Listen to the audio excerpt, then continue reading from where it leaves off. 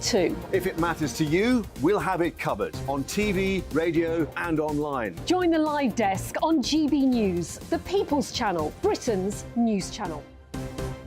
So Jubes & Co, we tackle the issues of the day with real robust debate, both sides of the fence, battling it out with me in the middle with my forthright opinions and views. And often really interesting things happen because you start with a position and then by the end of the debate you find actually, well, I might not have thought about that one. What we need in this country is 2 new political parties. You should maybe think about doing a 2024 calendar. I'm Michelle Dewberry and I'm keeping you company right through until 7 o'clock this evening. GB News, the People's Channel, Britain's watching.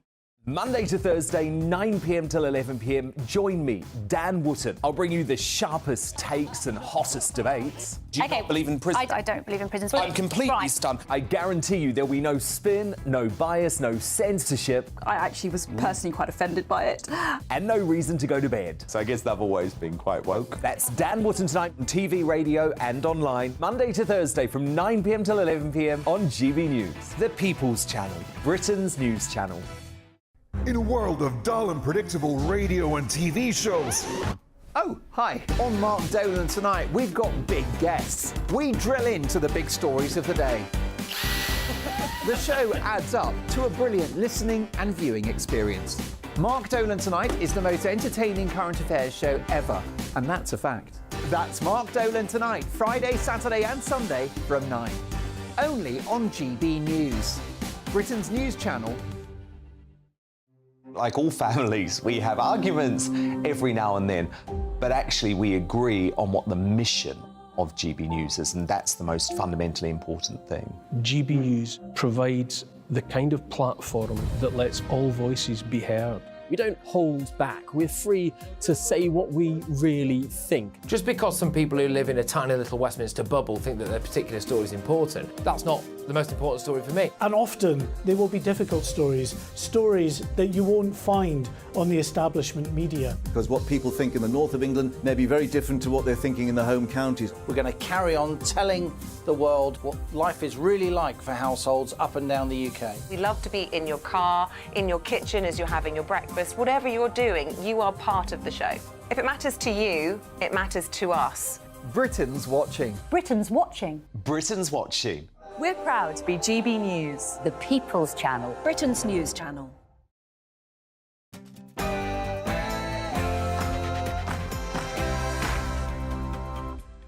It's 9 o'clock on television, on radio and online in the United Kingdom and across the world. I'm Leo Kerr, standing in for the legend that is Mark Dolan for the final time. In my big opinion, is COVID making a comeback? If so, count me out of all the lockdown nonsense.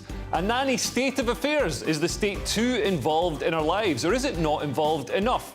In my Take at 10, race baiting off the back of Lucy Letby's horrific crimes. Is nothing off the limits?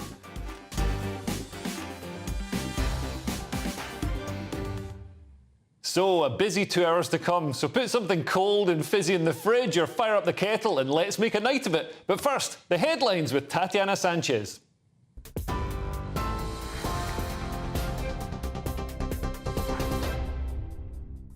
Leo, thank you. This is the latest from the GB newsroom. Nadine Dorries has accused Rishi Sunak of whipping up a public frenzy against her and says he doesn't have the X factor of a winning Prime Minister. In a blistering resignation letter, the former minister accused Mr Sunak of demeaning his office by criticising her. She says his government has abandoned conservatism and the 2019 election manifesto, which was published before Boris Johnson won an 80-seat majority. A by-election will now take place in the usual safe Tory seat of Mid-Bedfordshire. Labour's Shadow Secretary for Women and Equalities, Annalise Dodds, told GB News that Nadine Dorries makes some valid points.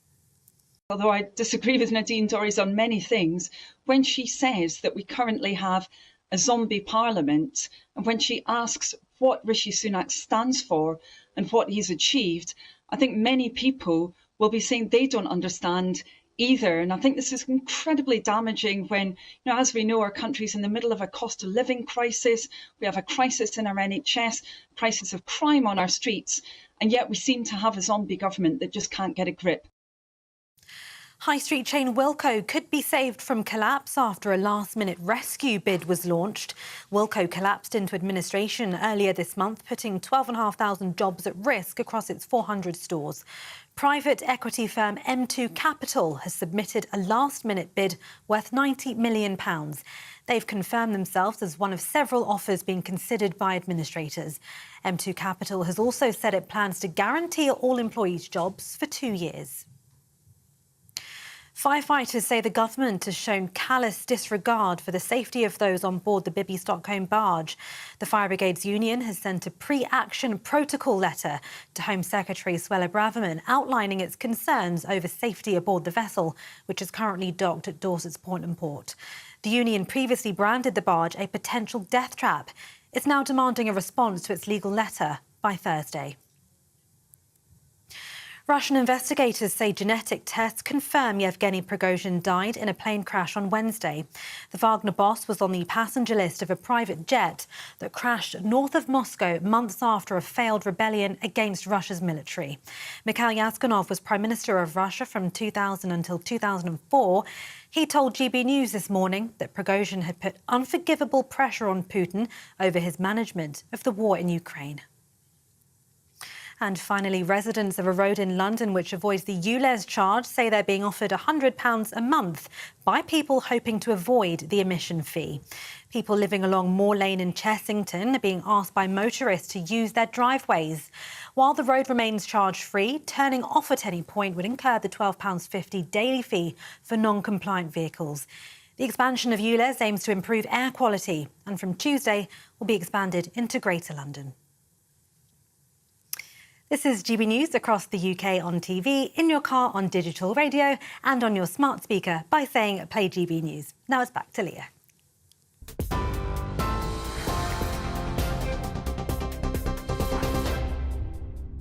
Thank you, Tatiana, and welcome to Mark Dolan Tonight with me, Leo Kearse. In my big opinion, a new COVID variant is apparently swarming around, but if the powers that be want to reimpose lockdown again, you can count me out. In the big story, the most famous mugshot in history. It's been quite the week for Donald Trump, as well as the first Republican primary debate taking place without Trump, despite him still being the frontrunner in the polls. I'm joined by a former Republican congressman to break down this tumultuous week in US and world politics. And new research reveals that British people are in majority in favour of state intervention in public health. But is this just wishful idealism? Is there, in fact, too much state interference in our lives? I'll be delving into this with the Director of Research at the Adam Smith Institute, Maxwell Marlowe. And in my Take at 10, as so-called academic Dr. Shola Moss-Shogbamiwi brings race into the horrific Lucy Letby scandal, are there any depths to which these race baiters won't plunge? And tonight's newsmaker is the legendary former Conservative Minister Anne Widdecombe, who's here to give us her 2 cents on Nadine Dorries' sensational resignation. And GB News is the home of the papers, with tomorrow's front pages from 10:30 p.m. sharp, with 3 top pundits who haven't been told what to say and who don't follow the script. Tonight we have research fellow at the Bow Group, Benjamin Loughnane, and political consultant Emma Burnell, and the leader of UKIP, Mr. Neil Hamilton. And tonight I'll be asking the pundits, as the EU bails out the French wine industry, does Brussels just love wasting taxpayers' money? Is AI and ChatGPT killing off traditional education? And is the practice of women asking men out too masculine? Plus, your emails, even the spicy ones, send them in to gbviews@gbnews.com. This show has a golden rule. We don't do boring, not in my watch. I just won't have it. Let's get to work. And we start with my big opinion.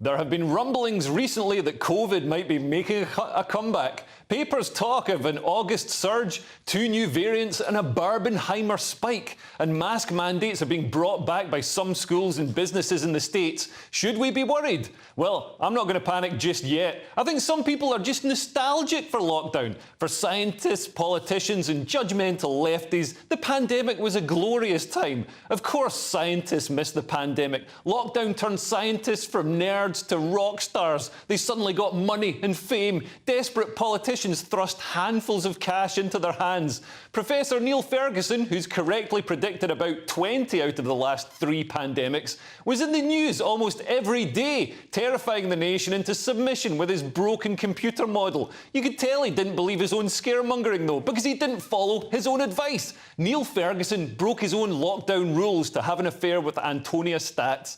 If he really did believe that COVID was as dangerous as he said, would he have done that? And politicians loved lockdown. Lockdown was like steroids for politicians. They got to increase their power, pass new laws, print money, and then grift that money to their mates through lucrative contracts for PPE.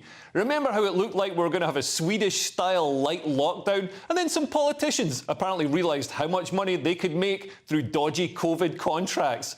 Baroness Michelle Mone lobbied hard for government contracts to be awarded to PPE MedPro, then stood down from the House of Lords after it was revealed that her family trust had received £29 million from PPE MedPro. The National Crime Agency is investigating and the government is suing PPE MedPro for £122 million. They say that the PPE supplied wasn't up to scratch. That's a stink so big it gets through any mask. An MP, Owen Patterson, had to resign after lobbying on behalf of COVID firm Randox, which was paying him £8 a month while making millions from the taxpayer. And Matt Hancock even had a contract awarded to his former pub landlord. Politicians were laughing all the way to the bank, and with our money. And they got to pass laws. It didn't matter if the laws were nonsense. They just love passing laws. Picnics were made illegal because coronavirus can be transmitted via double dipping in hummus, apparently. The police in Hove, an English seaside town, stopped a woman who's breastfeeding because, according to them, it constituted a picnic. I'm not joking. A picnic. Unless her breast milk was being expressed in the form of marinated mozzarella balls and Prosecco, that is not a picnic.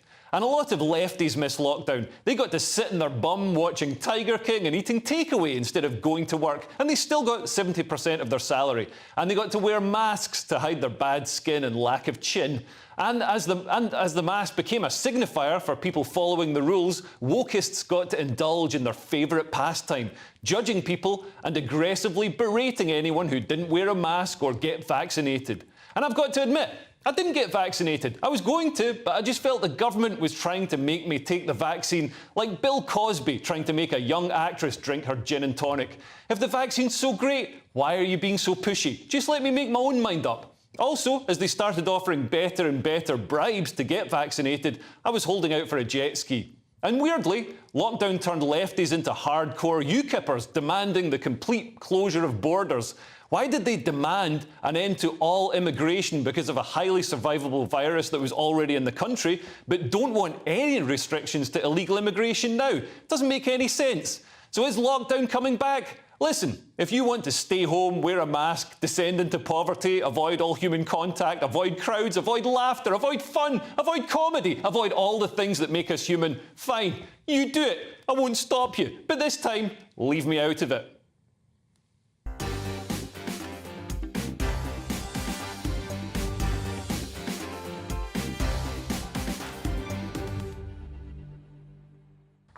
I'm here, I made it. All right, I'm carrying a cup of tea.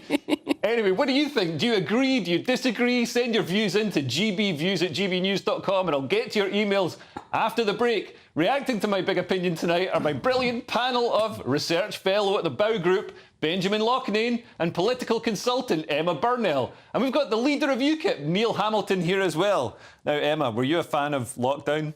No, I hated lockdown. Everybody sensible didn't enjoy it. I'm very baffled by your idea that people are desperate to bring it back. Nobody wants lockdown to come back. I know for a fact that some people really enjoyed lockdown. I've spoken to people when the government stole my car because apparently I hadn't paid my road tax.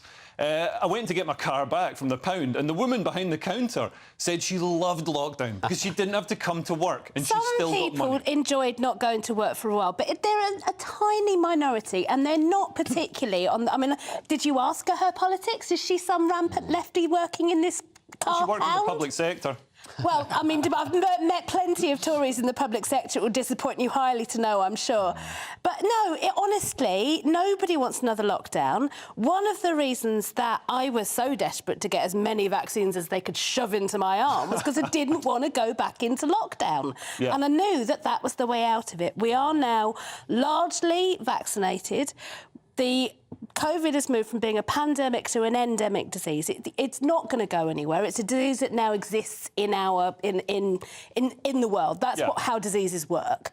But we are now able to better deal with it, and we won't be in a state where the NHS would be overrun, which is why we locked down, so that we could protect the NHS and make sure that it could deal with those really extreme cases. Neil, I see you shaking your head there. Well, I'm very pleased to say that I was a member of the Welsh Parliament throughout all this lockdown. I spoke and voted against it all the way through. You know, there is no problem so bad that governments can't make it worse.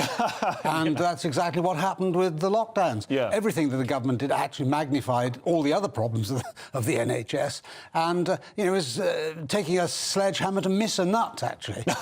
Because it was quite clear right from an early stage, if you listen to sensible academics like Professor Sunetra Gupta, who's been on GB News many times, or Carl Hennigan, the Centre for Evidence-Based Medicine, there was no case whatsoever for anybody under the age of 60 or 65 to be vaccinated unless they had very strange medical conditions. And when we got to the age of early teens, then vaccines were judged by scientists to do more harm than good for those. The average age of mortality from COVID or COVID-related conditions was 83, which is 1 year higher than the average age of mortality at birth. Well, that's the thing. I mean, in Scotland, the average age of people dying from coronavirus is older, as you say, than the average life expectancy, which means in Scotland, coronavirus isn't a disease; it's an antioxidant.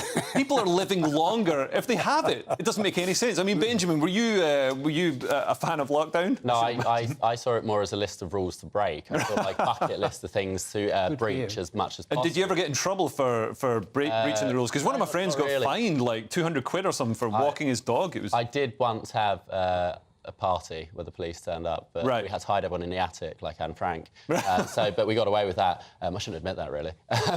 If that's actually not true, I just made that up, Your Honour. But no, I was never a fan of it. I never went along with it. As far as I was concerned, the more you ignore what they bring in, the less you can abide by it. Just pretend it's not happening and move on, carry on with your life as normal. But I find it really convenient that this new variants come along just before an election in the US. It's like such good timing. But the election's not for another year and a half. Yeah, well, that's time for it to set in. You know, you've got the what are you campaign talking going about? on. Oh, come on. Time for they got Biden. the ball rolling, you know, come on. Time for Biden to Plenty of time. I mean, if you've got an election in 18 months, you're not.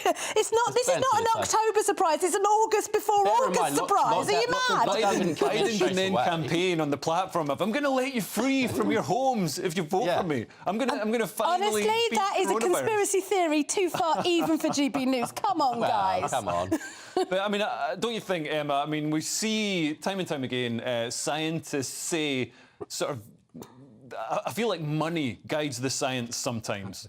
So they want the funding, they want the research grants to keep rolling in. So they're going to talk up the threat of COVID.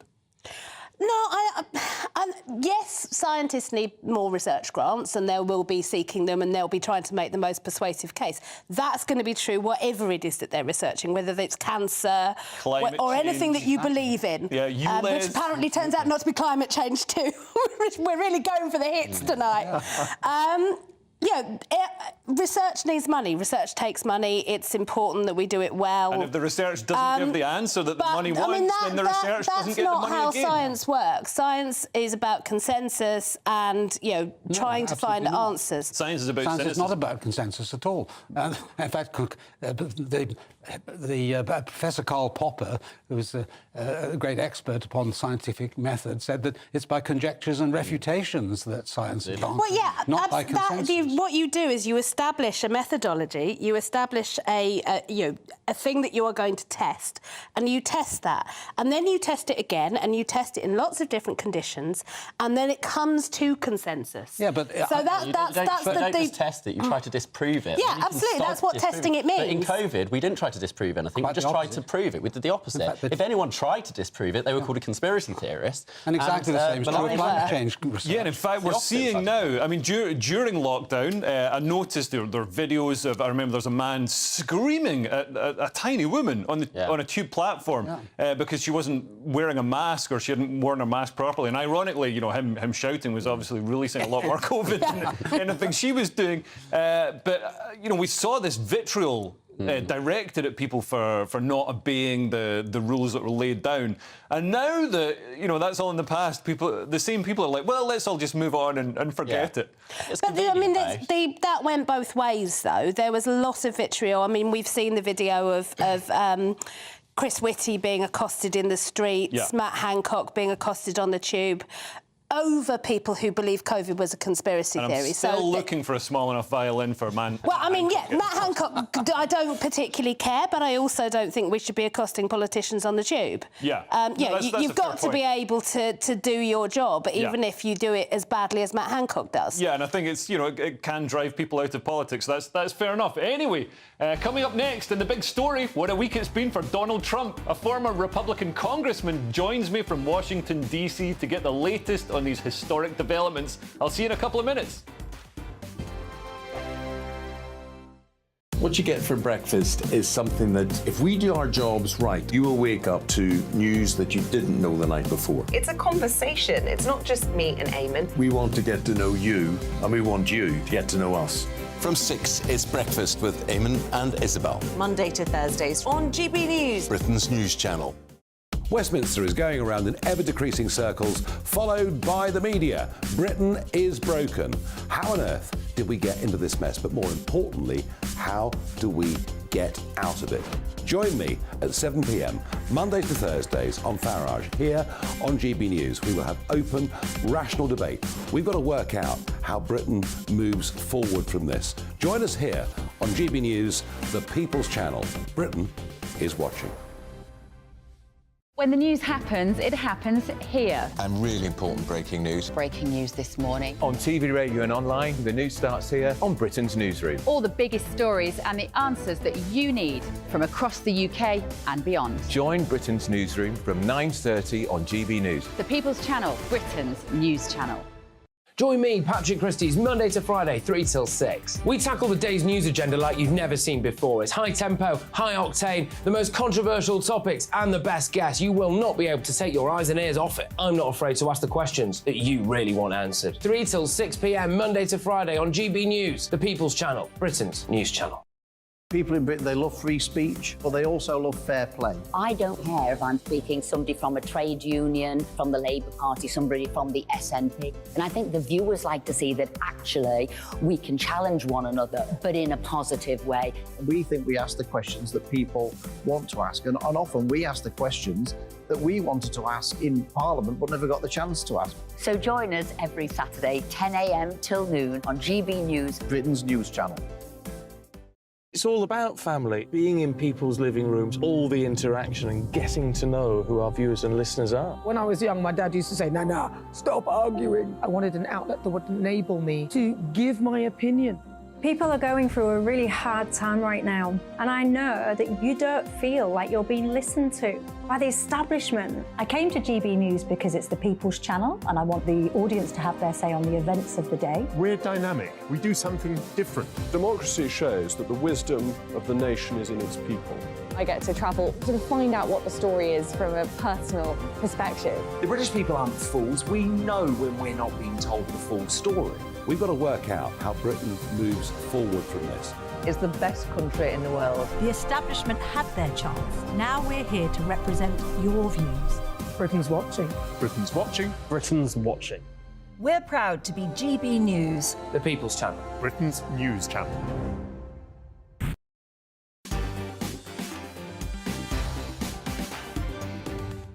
Welcome back to Mark Dolan Tonight with me, Leo Kearse. Now, as the famous quote goes, when America sneezes, the world catches a cold. It's been quite the week for former President Donald Trump, from surrendering himself to the authorities in Georgia, to delivering the most famous mugshot in history, to missing the first Republican primary debate, and still remaining the frontrunner in the polls. Are these seemingly relentless indictments against the ex-commander-in-chief doing nothing but helping him win? Could he become the first American in history to take the White White House with criminal indictments? He seems to think so. Just hours after the historic mugshot hit the public domain, Mr. Trump's store was selling T-shirts and mugs donning the iconic photograph. The Trump saga rages on and is showing no sign of simmering down anytime soon. So, what next? Well, joining me now from the United States is a man who has witnessed firsthand some of the most extraordinary political events in US history. Former Republican Congressman for Ohio, Bob McEwen. Hi, Bob. Thanks for joining us. My pleasure to be with you. Thank you much. I certainly enjoyed that. Just the last section that you had on the breakout, and you make some very good points, and I strongly support them. Brilliant. Thanks very much, Bob. And what about Trump? What's happening with him? I mean, it seems that they're trying to bring him down, but the more arrows and slings they fire at him, the stronger he gets. Well, this is a very sad chapter in American history. A couple of years ago, the Democrat Party said that democracy was on the ballot. Everyone sort of quizzically looked, what were they talking about? Little did we suspect that they would literally try to take a Democratic candidate for office in a Democratic election and to lock them up so that you couldn't vote for them. And that's what they're attempting to do. And quite frankly, I think most of the American people are seeing through it. But it's been said that you cannot have self-government without self-discipline. And the people that are involved in this effort, the Democrat Party, are frightened to death of having to run against him in a free and open election. And so this piling on of these things are so demeaning to our form of government. And I am hopeful and optimistic that eventually it will be corrected and they'll be seen for who they are, those that are unwilling to go to the ballot box.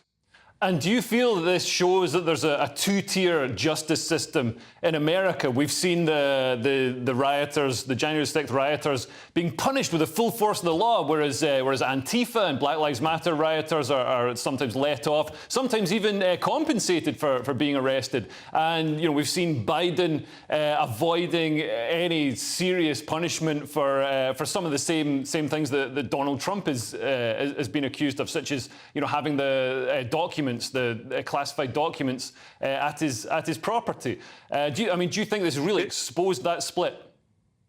It's such a terrible thing to have to confess, but I don't see how else you look at it. The left, as we've seen under Mao Zedong, called it the Great Leap Forward, and Klaus Schwab calls it the Great Reset. You can see this effort to undo the form of government that has maintained peace and stability for these last 70 years. And as they take over the cities, they have just gone to rampant not enforcing the law, allowing people to come and steal and to urinate on the sidewalks and things. And what has happened is Democrats took over. New York just 12 years ago was considered the safest large city on the planet. A beautiful restructuring, having, for the first time in my lifetime, 4 consecutive elections of Republican governors. Well, once the Democrats came in, immediately began to allow people to sleep on the subway and to rape and pillage without consequence, just as you said.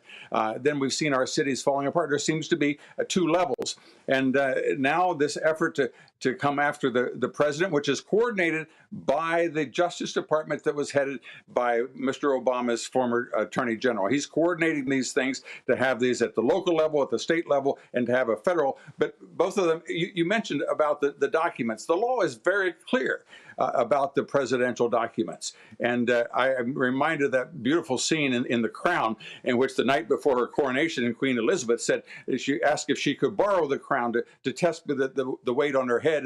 And the keeper of the crown jewels looked at her and said, "Borrow it, ma'am? From whom? If it's not yours, whose is it?" And it's exactly the same way with these presidential documents. They don't belong to some bureaucrat somewhere. The law simply says that those are his. And then, of course, what they did, we're only talking about 131 pages. 131 pages, and yet you'll see on the news all these boxes and in bathrooms and storage halls and all of this stuff just to create the momentum, because they know that if he goes to the election, you saw what happened. America was, in fact, the entire world. In my lifetime, I've seen 2 opportunities when a person was able to geopolitically change the planet without a war. The first one, of course, was Ronald Reagan, the collapse of the Soviet Union. Yeah. And then this one, in 2016, China was on a roll. Everybody was at their mercy. And one man, Donald Trump, said, "This isn't good. We shouldn't have all of our chips and all of our batteries and all of our communications, all of our pharmaceuticals dependent upon one country. And when he did that, and the stock market in Beijing went down 40%, the stock market in America went up 50%. You saw this great shift of wealth, and brother, it made those people who had taken all of our retirement funds and all of our money and invested in China, they were mad as can be. And they're in the process of rebuilding China, as you just saw last week when they were meeting with the BRIC countries to move away from the peace and stability of post-World War II world into a communist-dominated leftist rank. And that's what this battle is about. And Donald Trump is the strongest vehicle to prevent them from being successful in that effort. Well, and it's interesting that you mentioned China because, I mean, the House Oversight Committee investigated or is still investigating the Biden family for corruption, particularly around Hunter Biden, and they've found evidence of payments from countries such as Romania, but also China. A businessman in China has paid, I think, something in the region of $1 million to a family member of Joe Biden, which, I mean, this just seems an insane thing for the mass media to be ignoring. And do you think the focus on Trump and the circus around Trump is a distraction from that corruption and also from other issues around Hunter Biden with his illegitimate children and drug use? I love the question because it answers itself. You're 100% correct.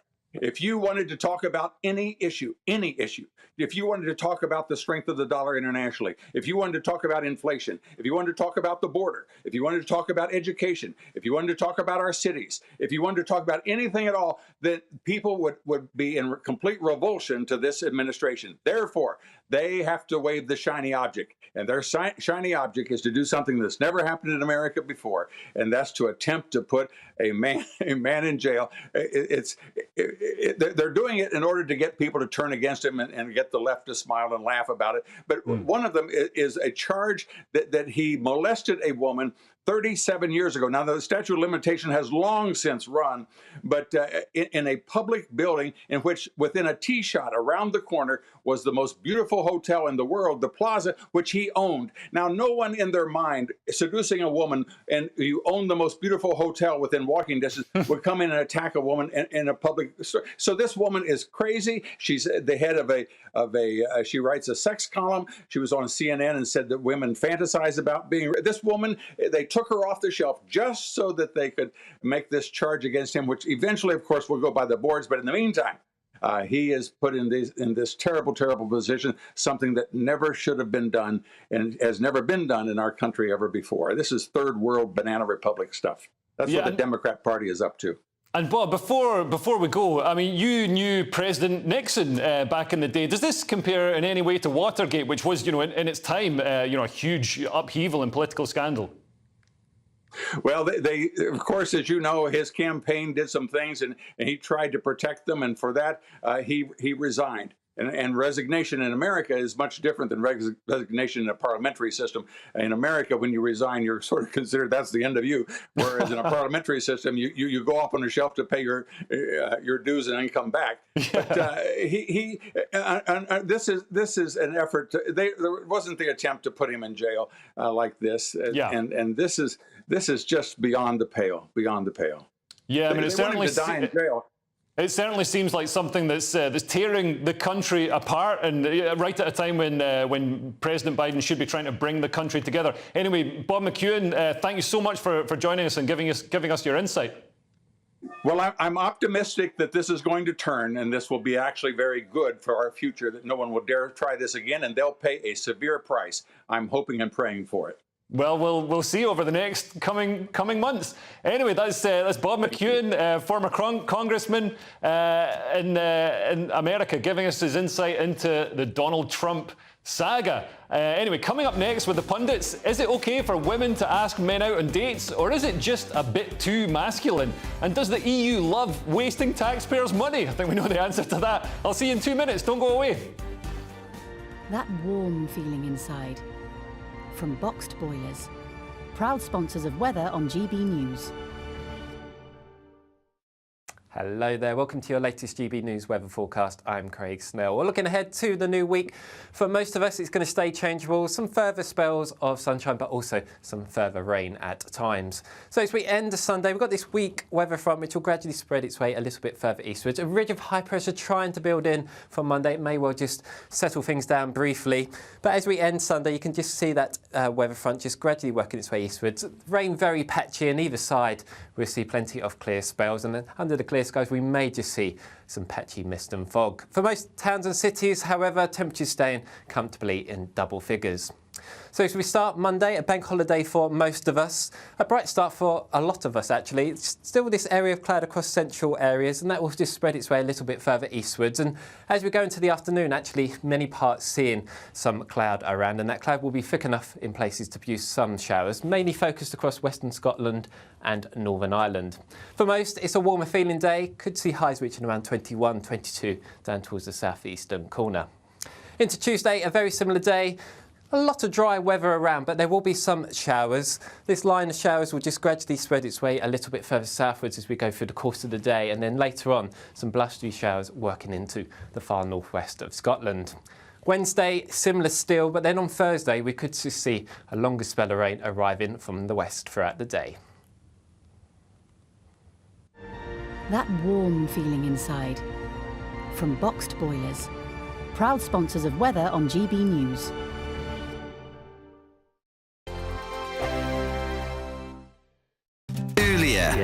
On GB News Radio.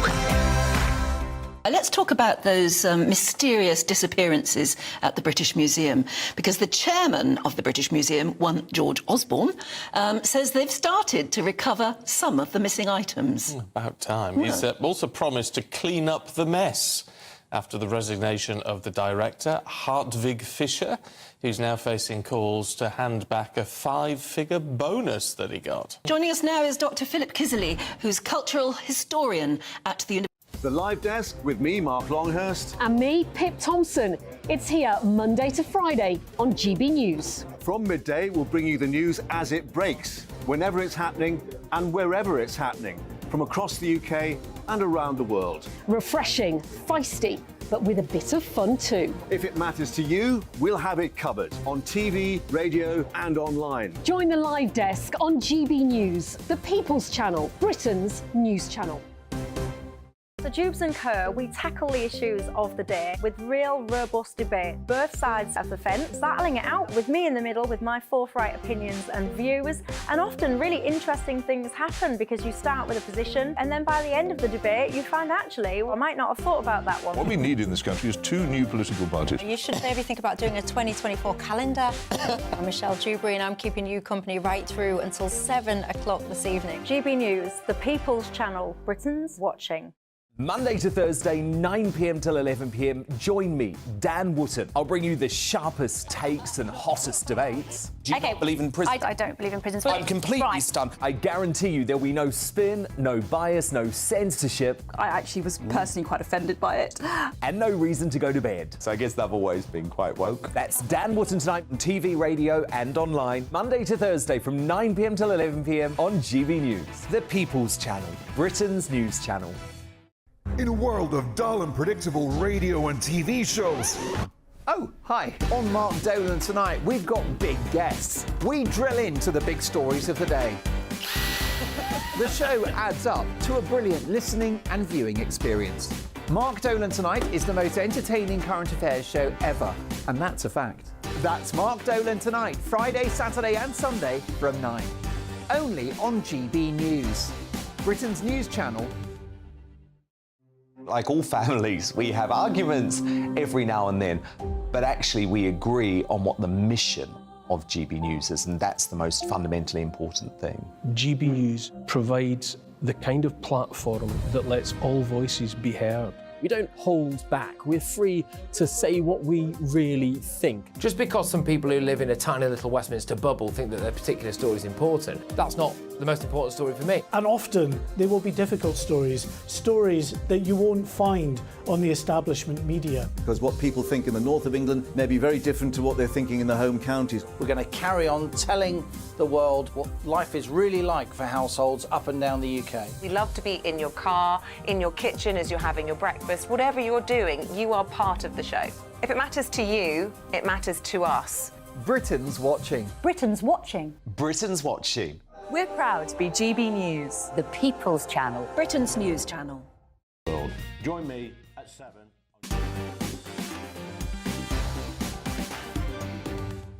Welcome back to Mark Dolan Tonight with me, Leo Kearse, and plenty of you have been getting in touch with your emails. Graham says that anyone who follows lockdown rules again is an idiot. We're still recovering from the farce of the last lot. Well, Graham's definitely not going to be masking up and sticking to the rules. John says the only benefit to a new lockdown would be you'd have to be locked in the studio, Leo, because you've done such a good job whilst Mark has been off, and you took my Scottish jokes about grouse whiskey. Thanks so much, really appreciate that. Gareth says, I can't understand why Neil Hamilton has this anti-vaccine attitude. Why do you, Neil? Well, I don't have an anti-vaccine attitude. I had 3 vaccinations myself. Oh, really? All I say is that you have to weigh up the relative risks, and if you're at no risk from COVID, why have the vaccine? And we know from the evidence, in retrospect, although we could also have said it with reasonable confidence in advance, that anybody who was under the age of 60 or 65 was not going to suffer any severe consequences of contracting COVID. Yeah, and we saw countries that didn't lock down particularly hard, like Sweden, for example, have pretty much the same experience as countries that did. Anyway, back with me now, and joining me throughout the show are research fellow at the Bow Group, Benjamin Loughnane, and political consultant Emma Burnell. And we've got the leader of UKIP, you just heard him, Neil Hamilton. Now, France finds itself plagued by a problem that, to me, sounds like a blessing. The country has a surplus of wine. The EU has paid France 160 million euros to destroy all this extra wine. The surplus of it has been blamed on the growing popularity of craft beer, the cost of living crisis, and overproduction. It's not the first time the EU has had to bail out surplus production. It did the same thing to buy out butter mountains and wine lakes that were caused by government intervention in the 70s. Does the EU just love rinsing taxpayers' money? Now, Neil, you can. I can remember the butter mountains. Indeed. And the EU, like the wine lakes. Yeah. I mean, is this? That was in the 1980s. So that was the 1980s, and the EU was formed partly with the plan to make sure that we never had to go through rationing again. But do you think this is a step too far, and they should let this wine onto the market and let it find its value? Well, I think I'm perhaps personally responsible for this because I gave up drinking French wine quite some time ago in protest at the French's anti-British attitude over Brexit. So I'd previously given up drinking Argentine wine, so I swapped France for Argentina. I'm now drinking Argentine Malbec. So if Britain goes to war with Australia, you're going to have no wine left whatsoever. This is devastating. But it's pretty typical, isn't it, of the EU? After all, when the EU was set up back in 1957, it was basically a deal between France and Germany, whereby inefficient French agriculture would be supported by German industry, and the whole thing was a Franco-German racket at the expense of European consumers. Nothing much has changed in the meantime. So this is just another flagrant example of the way in which producer interest groups, in this particular case wine, but it could be anything, have priority when the EU technocrats and bureaucrats decide what's best for us all. Yeah, and Emma, as a Remainer, I'm sure you disagree with Neil on that. The bureaucratic part of it I just find silly. But on the other hand, we should not be destroying £160 million worth of wine because I would drink it. Yeah, it's so sad. This is good wine to destroy. I mean, it'd be a great weekend, right? You could bathe in champagne. Yeah. The EU destroying wine, destroying food when they're starving people in Africa and sober people in Scotland. I mean, it seems terrible. There are no sober people in Scotland, Leo. What are you talking about? There are now with all that wine going down the drain. I mean, Benjamin, what do you make of this? Well, look, I'm usually all for destroying French things. It's a great British tradition. Like Napoleon, we destroyed him. But I do draw the line at wine because it's great. Like, French wine is fantastic. It shouldn't be getting destroyed. But Ben, also, where did you just come back from holiday? I was just in France. I should have told you that. Right, I'm banning talking in the green room. You should use it against me. But no, look, it's also from an economic position. This is what caused the French Revolution. Is when they siloed all the grain back in the 1780s, and then obviously there was a famine, and because they'd siloed it because the price was too low, they wanted to wait for it to go up. Right. It ended up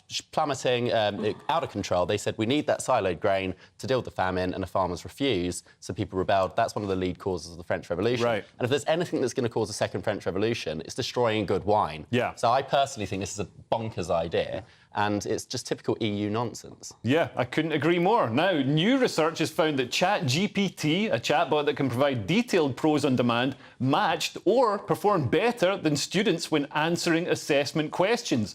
Subjects where the model outperformed youngsters included computer science, political studies, engineering and psychology. So if artificial intelligence does better than our students, are we set to see the decline of traditional education? I mean, Benjamin, what do you make of this? You don't look like you're long out of university yourself.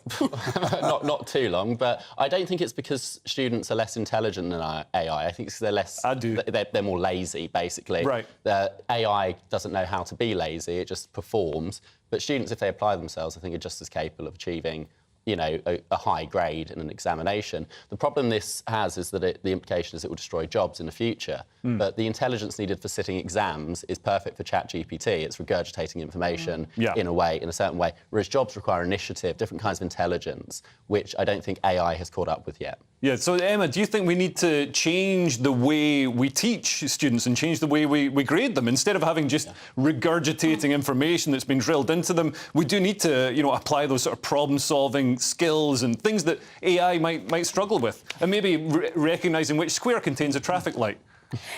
Yes, I mean, I've long been worried about the kind of the real almost mechanisation of education. You teach to the test rather than teaching children to think. And I think one of the things that's so brilliant about studying things like literature, you know, there is no real job application and trust me, I've got a degree in literature.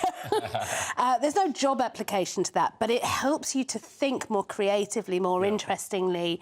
And I just worry that we've got so far down the road of exams are just about the job you're going to do rather than the person you're going to become. Right. And I think we could do much better at thinking about education in a much more rounded sense. Yeah, that sounds like somebody trying to explain why they failed their exam. I mean, to be fair, I did very poorly in most of my education. It wasn't until I did my masters in my 40s I actually did any good. Neil, are you worried about AI taking jobs? Well, at the age of 74, no, not personally. But having grown up in the steam age, literally, I was a teenage train spotter when steam was still on the railways. I haven't really quite got to grips yet with these technological advances, but it seems to me that it's something which could be applied to government because we can replace real stupidity there with artificial intelligence there. Right, it can't be worse, can it? It couldn't do much worse. Now, a 28-year-old perpetually single woman took to the UK parenting site Mumsnet to announce that she's tired of sitting around hoping a man likes me back and said she'll be bolder in her approach to dating. She rebuffed the expectation that women should sit back and let a man make the first move and asked users of the site how to be confident without coming across as brash or off-putting. Is a woman making the first move when dating too masculine? Now, Neil, I know, I know your wife isn't shy about, you know, putting her foot forward. No, I didn't dare make any move at all. I was like a rabbit in the headlights when I first met her. Actually, I was playing the piano. Oh, really? Wow. Yes. She came up we to were you at a student conference, and I was playing the piano, and she came and draped herself over the piano. Wow. And amazing. the rest is history, as you say. Yeah, yeah. What a wonderful couple you make. Emma, I mean, as a woman, do you think this is you know, a fuss over nothing? Of course, women should be able to... Yeah, it's just, I mean, I can't believe this is a story. It's like women ask men out. That's been happening, I'm 48, and it's certainly never been unusual in my lifetime. Yeah, we've had the sexual revolution quite a long time ago. Ben, I mean, talking of revolutions, I mean, we've seen in the last, maybe 10 years, 20 years, men just being punished. If they're forward in any way with women, they run the risk of Me Too or run the risk of being accused of sexual harassment. Do you think that's what's behind these men? I think a lot of it is also the rise of dating apps and the virtualisation of society. People have lost social skills, and when they do try to date through apps, they face so much more rejection because the algorithm is designed to keep you addicted to the app, not for you to then delete it when you find someone. Yeah. So a lot of the way that dating has become commercialised through things like apps, it has destroyed the dating landscape, and people get so deeply entrenched in this disappointment and dissatisfaction, they just give up completely. Right. So I think there's other factors at play. It's not just about people, it's also about the technology involved. Yeah, so technology is also destroying our dating. But coming up, Brits largely think that nanny state initiatives make us healthier, but that the government is doing it all wrong. Is the state too involved in our lives, or is it in fact not involved enough? See you in a couple of minutes. Monday to Thursday nights on GB News. At 6, it's Dubes & Co. 7 o'clock, Farage. At 8, join Jacob Rees-Mogg. And at 9, Dan Wootton Tonight, followed by Headliners. On TV, radio and online. This is GB News. Now then, Lee Anderson here. Join me on GB News on my show, The Real World, every Friday at 7 p.m. I'm not eating bloody cat. Are you Delicious. mental? Open your mouth. OK, here comes a train. Reminds me of the scene in Singing in the Rain. Adam, is that a good one? Whoa! Join me at 7 on GB News, Britain's news channel. Join me, Camilla Tominey, on Sunday mornings from 9:30, taking the politicians to task and breaking out of SW1 to see how their decisions are affecting you across the UK. Bursting the Westminster bubble every Sunday morning, only on GB News, the People's Channel. Britain's watching. Join us every night on GB News at 11 p.m. for Headliners, which is 3 top comedians going through the next day's news stories, which is exactly what you need, because when the establishment has gone crazy, you need some craziness to make sense of it. So join us 11 p.m. every night on GB News, the People's Channel, Britain's news channel. I'm Andrew Doyle. Join me at 7 o'clock every Sunday night for Free Speech Nation, the show where I tackle the week's biggest stories in politics and current affairs with the help of my 2 comedian panellists and a variety of special guests. Free Speech Nation, Sunday nights from 7 on GB News, the People's Channel, Britain's news channel.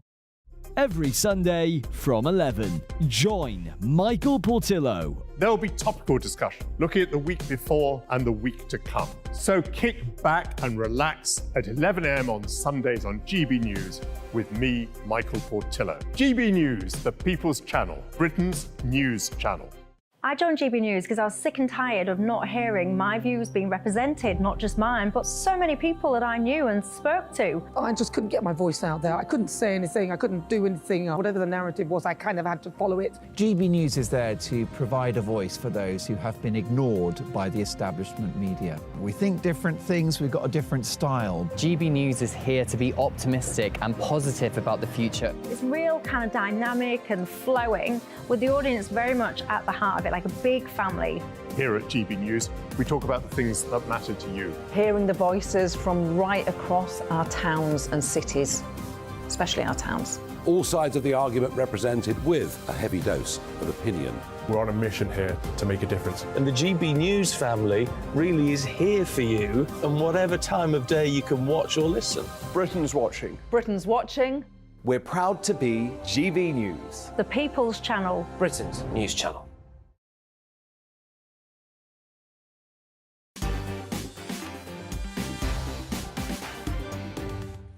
Welcome back. Now, the Social Market Foundation, an independent think tank, has found that Brits largely support nanny state policies to improve the nation's health. In a report set to be published tomorrow, the research claims that there is a public appetite for public health interventions like restrictions on advertising, regulating food prices, and affordability limits on gambling. But the organisation also found that people are unhappy with the government's current approach. But how involved in our lives do we want the state to be? Joining me now is the Director of Research at the Adam Smith Institute, Maxwell Marlowe. Maxwell, how are you?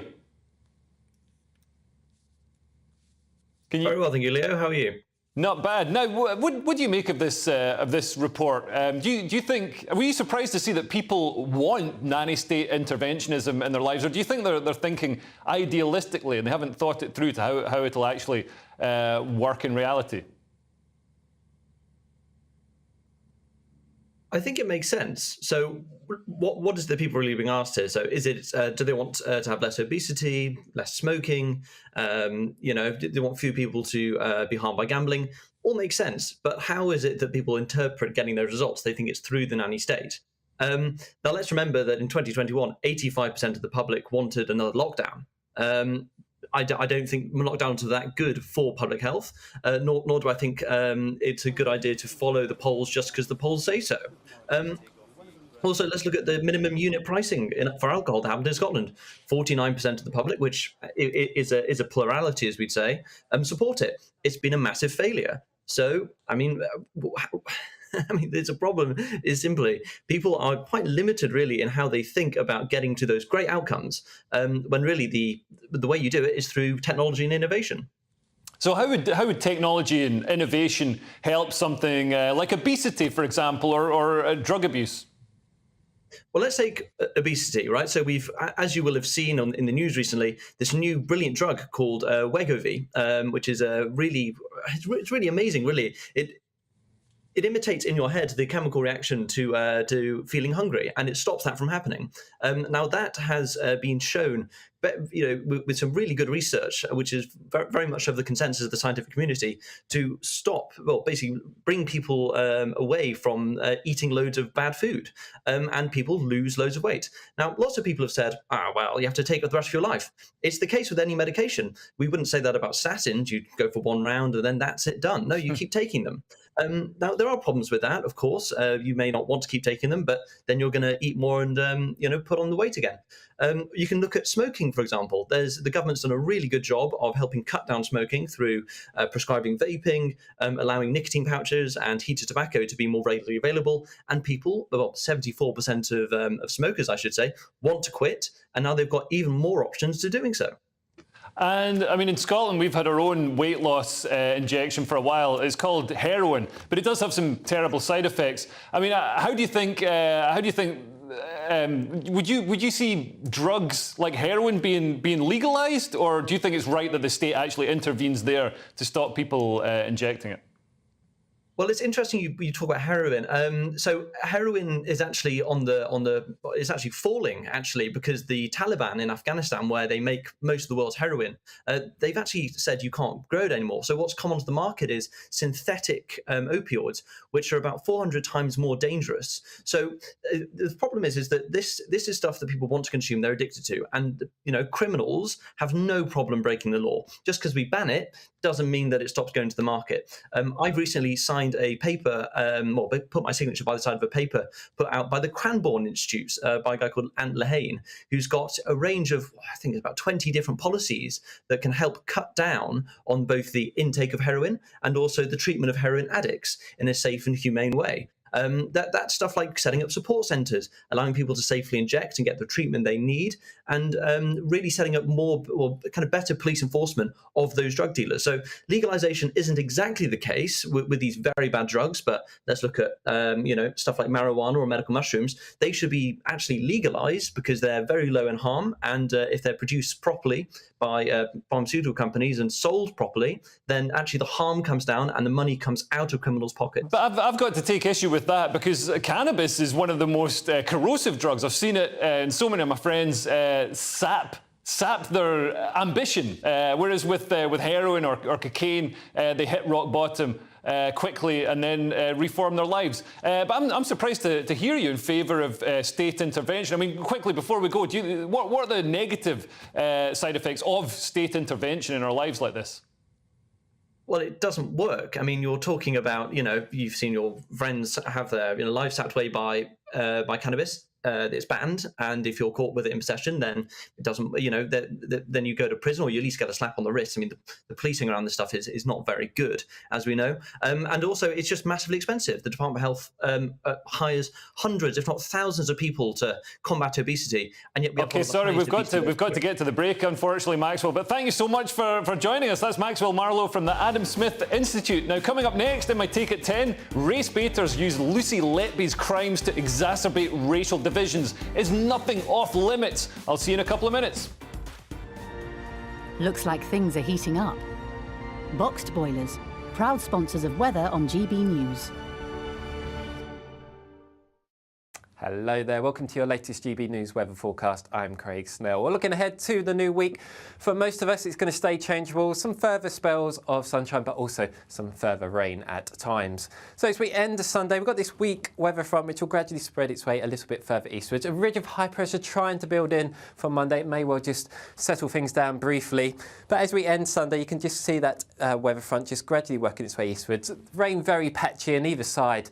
We'll see plenty of clear spells, and then under the clear skies we may just see some patchy mist and fog. For most towns and cities, however, temperatures staying comfortably in double figures. So as we start Monday, a bank holiday for most of us, a bright start for a lot of us actually. It's still this area of cloud across central areas, and that will just spread its way a little bit further eastwards. And as we go into the afternoon, actually many parts seeing some cloud around, and that cloud will be thick enough in places to produce some showers, mainly focused across western Scotland and Northern Ireland. For most, it's a warmer feeling day, could see highs reaching around 21, 22 down towards the southeastern corner. Into Tuesday, a very similar day.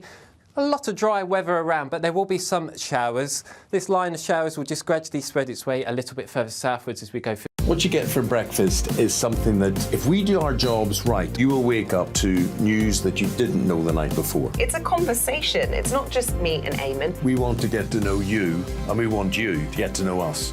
From 6, it's Breakfast with Eamon and Isabel. Monday to Thursdays on GB News, Britain's news channel. Westminster is going around in ever-decreasing circles, followed by the media. Britain is broken. How on earth did we get into this mess? But more importantly, how do we get out of it? Join me at 7 p.m, Mondays to Thursdays on Farage. Here on GB News, we will have open, rational debate. We've got to work out how Britain moves forward from this. Join us here on GB News, the People's Channel. Britain is watching.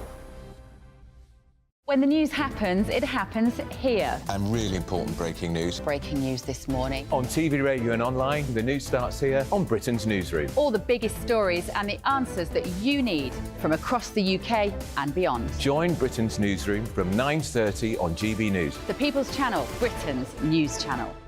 Join me, Patrick Christie's Monday to Friday, 3 till 6. We tackle the day's news agenda like you've never seen before. It's high tempo, high octane, the most controversial topics and the best guests. You will not be able to take your eyes and ears off it. I'm not afraid to ask the questions that you really want answered. 3 till 6 p.m, Monday to Friday on GB News, the People's Channel, Britain's news channel. People in Britain, they love free speech, but they also love fair play. I don't care if I'm speaking somebody from a trade union, from the Labour Party, somebody from the SNP. And I think the viewers like to see that actually we can challenge one another, but in a positive way. We think we ask the questions that people want to ask, and often we ask the questions that we wanted to ask in Parliament but never got the chance to ask. So join us every Saturday, 10 a.m. till noon on GB News, Britain's news channel. It's all about family, being in people's living rooms, all the interaction and getting to know who our viewers and listeners are. When I was young, my dad used to say, "Nana, stop arguing." I wanted an outlet that would enable me to give my opinion. People are going through a really hard time right now, and I know that you don't feel like you're being listened to by the establishment. I came to GB News because it's the People's Channel, and I want the audience to have their say on the events of the day. We're dynamic. We do something different. Democracy shows that the wisdom of the nation is in its people.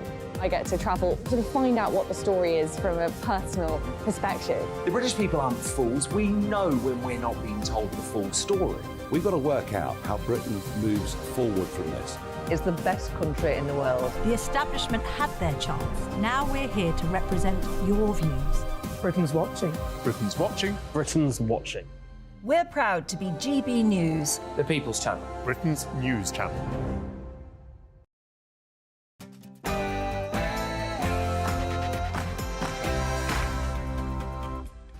It's 10 o'clock on television, on radio and online in the United Kingdom and across the world. I'm Leo Kearse, standing in for the iconic Mr. Mark Dolan for the final time.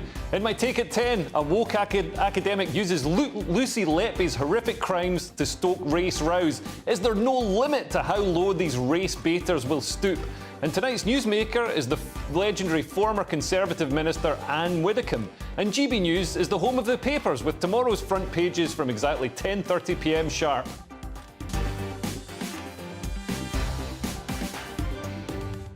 So, a busy hour to come, so put something cold and fizzy in the fridge or fire up the kettle and let's make a night of it. First though, the headlines with Tatiana Sanchez.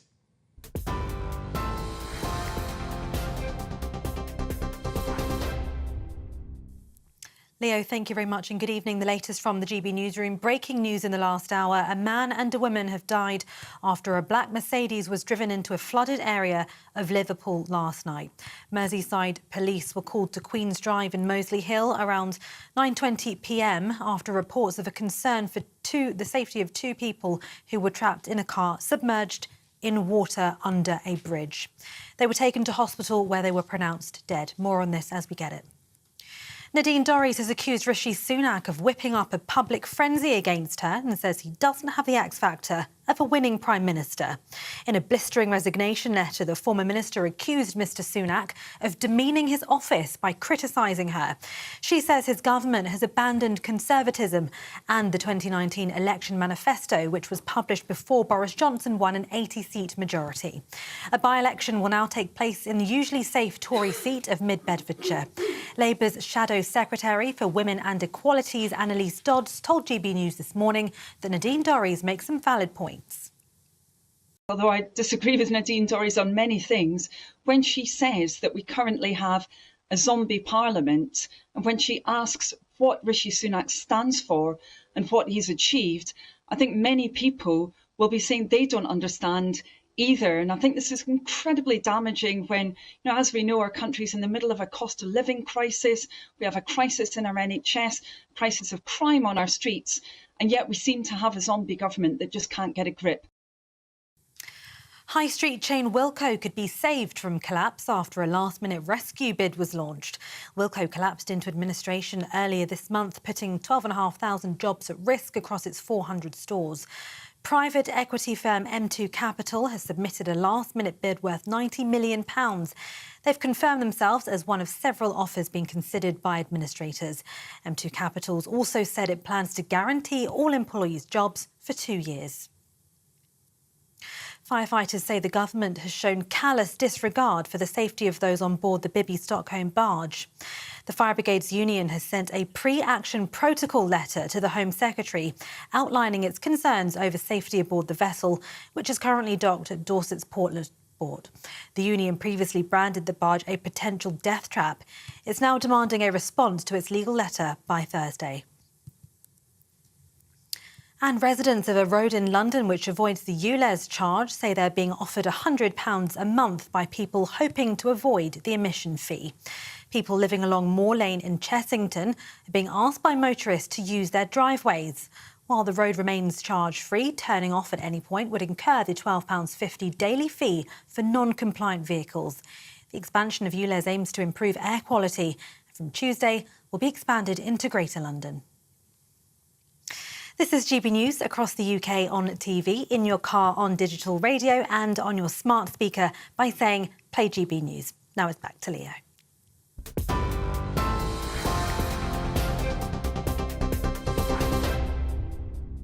Thank you, Tatiana, and welcome back to Mark Dolan Tonight with me, Leo Kearse. Tonight's newsmaker is the legendary former Conservative Minister Anne Widdecombe. She's going to give us her 2 cents on Nadine Dorries' sensational resignation.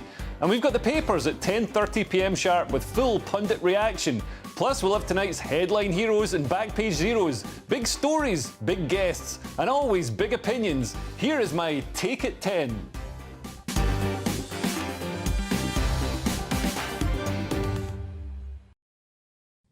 What a week it's been for race grifters. These are the people who latch on to any news topic and make it about racism. They can then get attention and money from white people who are desperate to absolve themselves of this manufactured guilt. This week, the Women's World Cup team came under fire for being too white, the Edinburgh Fringe was accused of racism, and in the most tasteless race grifting since 1930s Germany, Dr. Shola Mos-Shogbamimu somehow managed to make the horrific Lucy Letby case about race. She said, Lucy Letby exemplifies how ideology of whiteness keeps Britain in a chokehold. They believed her tears, denials, even though evidence said otherwise, for no other reason than she's white. A black or brown nurse would have been reported to the police immediately and sacked for suspicion. Really? If there is a systemic bias in the British public sector, there's evidence that it tilts away from white people. In May, Glasgow City Council posted a job ad explicitly aimed at those, quote, who identify as black, Asian or minority ethnic. London's Mayor Sadiq Khan has said that white people aren't real Londoners, and the RAF were forced to apologise for discriminating against what their recruiter described as useless white men. Ever since the Macpherson report introduced the spectre of institutional racism as the #1 menace 2 decades ago, the paramount aim of everybody in the public sector has been to look as non-racist as possible. What should be a noble aim, of course people shouldn't be racist, has had terrible consequences. Grooming gang whistleblowers were demoted, sacked or sent on diversity training because their bosses were so afraid of being accused of racism if they tackled the issue. But facts don't matter when there's money to be made by grifters such as Dr. Shola filtering every event through the poisonous prism of critical race theory that says that all white people are inherently racist. You'd think she'd maybe take a day off when we're talking about the most abhorrent serial killer in contemporary history. But this is perfect for Dr. Shola. The more disgusted people are by her, the more outrage flows in her direction, the more she can hold it up and say, look at this horrific racism directed at me. And she gets attention, she gets speaking engagements, she gets appearances on Jeremy Vine and Good Morning Britain, and she gets book sales, tithes paid to the high priestess of racism to atone for the ever-present sin of whiteness. It's not a new thing. In medieval times, holy men raised huge sums of money by selling indulgences, which purified souls of their sins. The church had a complex system to calculate exactly how much less punishment you'd get in the afterlife for purchasing an indulgence, sort of like a carbon offset scheme for morality. And the money they made was astronomical. Selling indulgences paid for the construction of St. Peter's Basilica in Rome. We do the exact same thing now, but our society's original sin is whiteness, and the indulgences are purchased through diversity training by racial awareness coaches, donations to Black Lives Matter, and talks by Dr. Shola. It's a huge industry. According to The Economist, between May and December 2020, donations to Black Lives Matter-related causes amounted to $10.6 billion. That's billion, not million. There's a lot of controversy around how much of this actually goes to helping people and how much goes to ensuring a luxurious life for these modern-day televangelists. Patrice Couleurs, the founder of BLM, siphoned off millions of dollars to buy luxury properties. But it doesn't matter. The money's not to do good, the money's to absolve guilt. According to her agent's website, Dr. Shola commands fees of £5,000 to £10,000 per appearance. They handily remind any corporate bookers of key dates when they need to buy their indulgences. Race Equality Week, the International Day for the Elimination of Racial Discrimination, and Black History Month. How ironic that Dr. Shola makes money from perpetuating racial animosity in the name of eliminating it.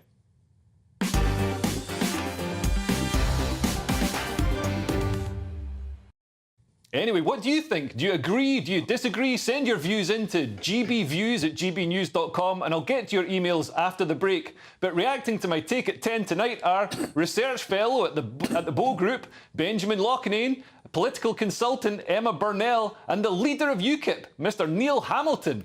Now, coming up, we've got Nadine Dorries said... Oh, sorry. I've gone on too far. I'm like Anchorman. But, I mean, what did you make of Dr. Shola's comments about the Lucy Letby case? I mean, I found it so tasteless. I thought, you know, surely if there's something that's going to remain sacrosanct... Well, I mean, can there be such bottomless stupidity is the thought that I had. But I think maybe she is so stupid that she doesn't really understand the importance of what she's been saying. But I do think there's an element of calculation in this as well, for the very reasons that you alluded to in what I thought was your brilliant polemic a moment ago, which summed it all up. Follow the money is a good principle to have in mind whenever you see somebody pontificating in the way that Dr. Shola did in public. Of course, she relies upon white people in particular beating themselves up for the imagined guilt that they bear as a result of whatever was done 100 years ago or 500 years ago, 1,000 years ago. You know, we don't see the Italians beating themselves up because the Romans practiced slavery, but we are supposedly to bear the marks of guilt forever if we're in the now successful West, whereas all the people who suffer under the yoke of incompetent and corrupt regimes in Africa transpose the guilt which they should apply to their own leaders onto us. And it's about time that we fought back vigorously and dismissed this nonsense for what it is. I mean, Benjamin, do you think it's actually possible to fight back when ESG and EDI guides our corporations and institutions to enforce this idea? Well, I think, yeah, they have taken, you know, as Gramsci's talked about, the long march of the institutions. They have taken over the institutions. They are now the establishment, but they're still acting as though they're the anti-establishment. They're giving protest speeches against themselves. You know, they've occupied every institution. They're at the top of every, you know, possible organisation. And yet they're still out there on the streets like they're, you know, marching against the war in Vietnam or something. It's absolutely absurd. But I do find it a bit sick that if you look at the mass murder of the most vulnerable newborn children and you try to make it about race, I personally think the worst thing about the Lucy Letby case was the killing of children, not the potential, you know, possibility that maybe there was some racism involved. Even if that were true, which it's not, I don't find it particularly relevant when we're talking about mass infanticide. You know, it's something much more important to focus on here. Yeah, absolutely. I mean, Emma, do you think the race was an element in the Lucy Letby case? I don't think so. I thought that the comments about Lucy Letby were crass, but I am a little uncomfortable that we are four white people talking about race in this way, and it just... White people shouldn't be allowed an opinion about race. Not that we shouldn't have an opinion on it, but that there is nobody pushing back who has experienced anti-black racism on this panel. And I think that is a valid perspective to be heard from too.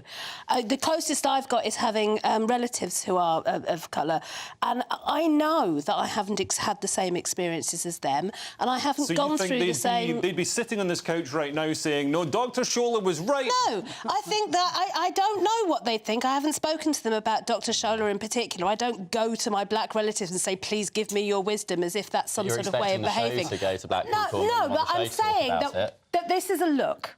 We are giving a look right now, and I'm not comfortable with it. Anyone that's my opinion. Can observe something objectively, they absolutely can, and I am observing something objectively, and I'm pointing it out. I think there is also the other thing that I would point out is that if you want less attention to be paid to Dr. Shola, maybe don't do an entire monologue about her. Because you guys are feeding each other. Emma, you guys are feeding each other. She's not feeding me at all. The only thing she's fed me is when we appeared together on Good Morning Britain, I received death threats the next day from angry Islamists. So, you know, I'm happy to leave her. If you're worried she's getting too much attention, stop giving her attention. That's an absolute nonsense. That's like saying, oh, if we just ignore all the evil in the world, it'll disappear. You've got to confront things head on. But and also, I think it's absolutely fine. You either think she's got no point at all, or you think she's got a point worth countering. If you think she's got a point worth countering, don't get upset that she's getting attention. But this is exactly what we were talking about earlier. If something is ridiculous and if something is wrong, then you should feel free to say that is wrong. She doesn't have to have a point. You have every right to say this, but don't get cross that she's getting attention when you're the one giving it to her. I'm not giving her any money. presumably... I don't care, but you're giving her attention, you're raising her profile, and that's what gives her money. That's why she said these stupid things, presumably to raise her profile. And if she raised her profile, she must expect to be criticised in the kind of moderate, sane and rational way which Leo did in his monologue. A perfectly justifiable way of treating And her. I can't believe that the same platforms that would ban, cancel or no platform somebody like Graham Linehan for believing in biological reality will platform Dr. Shola, who, is obviously well, I wouldn't know platform deeply either of them. divisive person. You wouldn't platform either of them? I wouldn't know platform either Oh, you of wouldn't them. know platform either. All right. I think we should have debates in public. I absolutely agree with that fact. I wouldn't know platform anybody. But would you make sure that there's enough representation from every type of person in the world before that debate could go ahead? Because apparently 4 white people can't talk about this. I'm not saying 4 white people can't talk about it. I'm saying that we are missing perspectives when it is just 4 white people talking about it.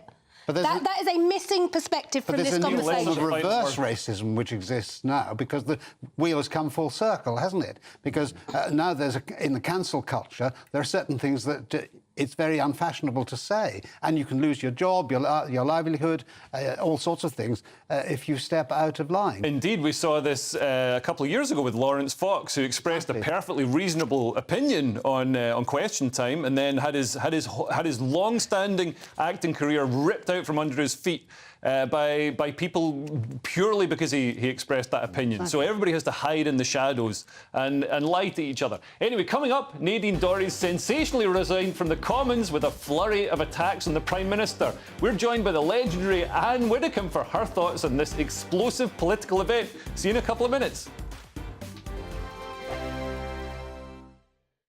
Earlier on GB News Radio. The Live Desk with me, Mark Longhurst. And me, Pip Thompson. It's here Monday to Friday on GB News. From midday, we'll bring you the news as it breaks, whenever it's happening and wherever it's happening, from across the UK and around the world. Refreshing, feisty, but with a bit of fun too. If it matters to you, we'll have it covered on TV, radio and online. Join the Live Desk on GB News, the People's Channel, Britain's news channel. So Jubes & Co, we tackle the issues of the day with real robust debate, both sides of the fence, battling it out with me in the middle with my forthright opinions and views, and often really interesting things happen because you start with a position and then by the end of the debate you find actually, well, I might not have thought about that one. What we need in this country is 2 new political parties. You should maybe think about doing a 2024 calendar. I'm Michelle Dewberry and I'm keeping you company right through until 7 o'clock this evening. GB News, the People's Channel, Britain's watching. Monday to Thursday, 9 p.m. till 11 p.m. Join me, Dan Wootton. I'll bring you the sharpest takes and hottest debates. Do you not believe in prisons? I don't believe in prisons. I'm completely stunned. I guarantee you there'll be no spin, no bias, no censorship. I actually was personally quite offended by it. And no reason to go to bed. So I guess they've always been quite woke. That's Dan Wootton tonight on TV, radio and online. Monday to Thursday from 9 p.m. till 11 p.m. on GB News. The People's Channel, Britain's news channel. In a world of dull and predictable radio and TV shows. Oh, hi. On Mark Dolan tonight, we've got big guests. We drill into the big stories of the day.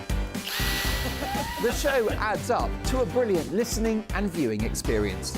Mark Dolan Tonight is the most entertaining current affairs show ever, and that's a fact. That's Mark Dolan Tonight, Friday, Saturday and Sunday from 9. Only on GB News, Britain's news channel.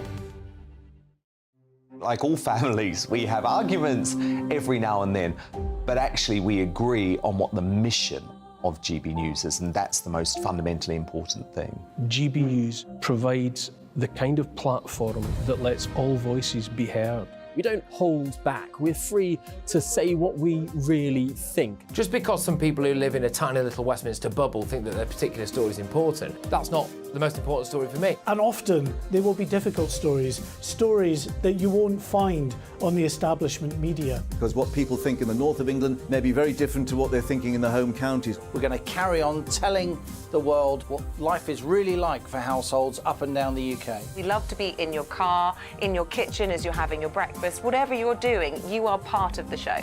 If it matters to you, it matters to us. Britain's watching. Britain's watching. Britain's watching. We're proud to be GB News, the People's Channel, Britain's news channel.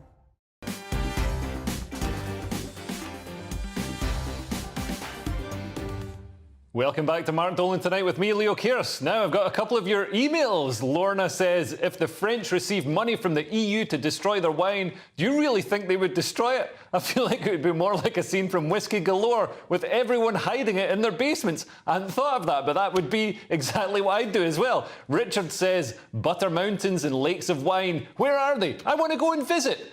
Me too. I'll take some toast. Now, the Arch Boris Johnson loyalist Nadine Dorries sensationally stepped down from Parliament yesterday after weeks of criticism for being invisible from the Commons after announcing her intention to leave. In her explosive resignation letter, the former minister accused Rishi Sunak of abandoning the principles of conservatism by betraying the Green agenda and sacking off the online safety bill. What about those ideas were conservative in the first place? Some have accused Ms Dorries of resigning in bitterness after not receiving a peerage promised to her by Boris Johnson. But what is really going on here? And what does Nadine Dorries' scathing verbal ambush on Rishi Sunak mean for his future? Well, joining us now is legendary former Conservative MP and Minister. It's tonight's newsmaker, Anne Widdecombe. Anne, it's great to see you again. Good to be here. And what did you make of Nadine's resignation letter and her attacks on Rishi Sunak? Do you agree with her? Well, there wasn't much dignity in doing it this way, but there was an awful lot of truth.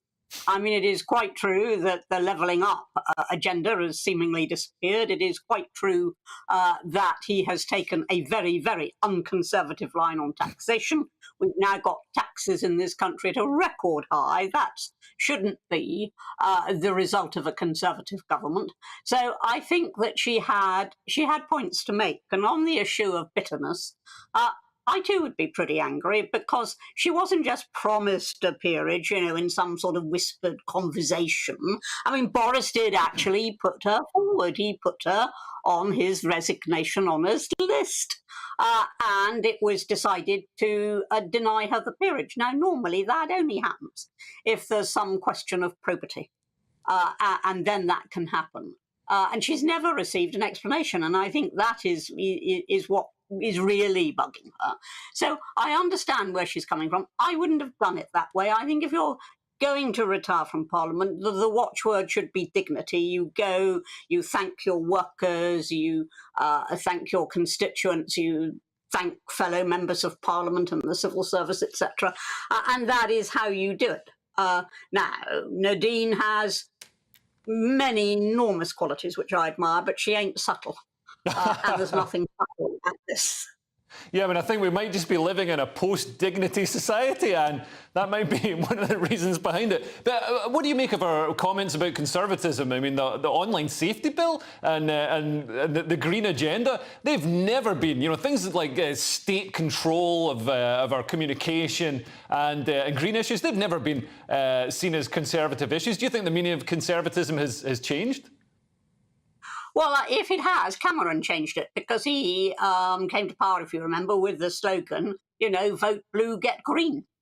And he was the one who tried to turn the Conservative Party into the ultimate in greenery. And Boris has carried that on. But what most people criticise is not the fact that they want to look after the planet, it's that the response, net zero, the response is completely disproportionate to the amount that we contribute, that we Britain contribute to global warming. It's disproportionate and it's hitting people in their pockets at a time when they can least afford it. But unlike Rishi Sunak, people can't just go and buy new cars that are more expensive than the cars they would buy. They can't just suddenly install new boilers. It doesn't work like that in most households in this country. So I don't agree with Nadine over the desirability of the net zero policies, and I didn't agree with Boris on them either, despite the fact that I also didn't agree with what was done to Boris. And what do you think this will mean for Rishi Sunak going into, as he is, he's going into an election year. Do you think this is going to tear the party apart further, or do you think he can hold it together? I don't think that this is going to tear the party apart, because the fact is the party is already very profoundly divided. It's divided between those who, like Nadine, want real conservatism. They want low taxes. They want Brexit delivered properly.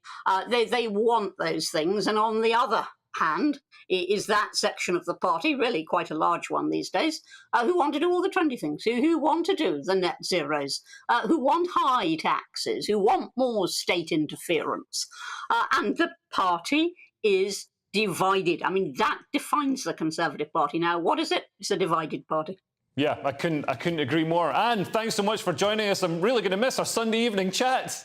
But coming up, we've got the papers at 10:30 p.m. sharp with full panel reaction, plus tonight's headline heroes and back page zeros. And I want to know yours. Send them in to gbviews@gbnews.com. See you in a few minutes. A brighter outlook with Boxed Solar. Proud sponsors of weather on GB News. Hello there, welcome to your latest GB News weather forecast. I'm Craig Snell. We're looking ahead to the new week. For most of us, it's going to stay changeable. Some further spells of sunshine, but also some further rain at times. So as we end Sunday, we've got this weak weather front, which will gradually spread its way a little bit further eastwards. A ridge of high pressure trying to build in from Monday. It may well just settle things down briefly. But as we end Sunday, you can just see that weather front just gradually working its way eastwards. Rain very patchy on either side. We'll see plenty of clear spells, and then under the clear skies we may just see some patchy mist and fog. For most towns and cities, however, temperatures staying comfortably in double figures. So as we start Monday, a bank holiday for most of us. A bright start for a lot of us, actually. It's still this area of cloud across central areas, and that will just spread its way a little bit further eastwards. And as we go into the afternoon, actually, many parts seeing some cloud around, and that cloud will be thick enough in places to produce some showers, mainly focused across western Scotland and Northern Ireland. For most, it's a warmer feeling day. Could see highs reaching around 21, 22 down towards the southeastern corner. Into Tuesday, a very similar day. A lot of dry weather around, but there will be some showers. This line of showers will just gradually spread its way a little bit further southwards as we go through the course of the day, and then later on, some blustery showers working into the far northwest of Scotland. Wednesday, similar still, but then on Thursday, we could just see a longer spell of rain arriving from the west throughout the day. A brighter outlook with Boxed Solar. Proud sponsors of weather on GB News.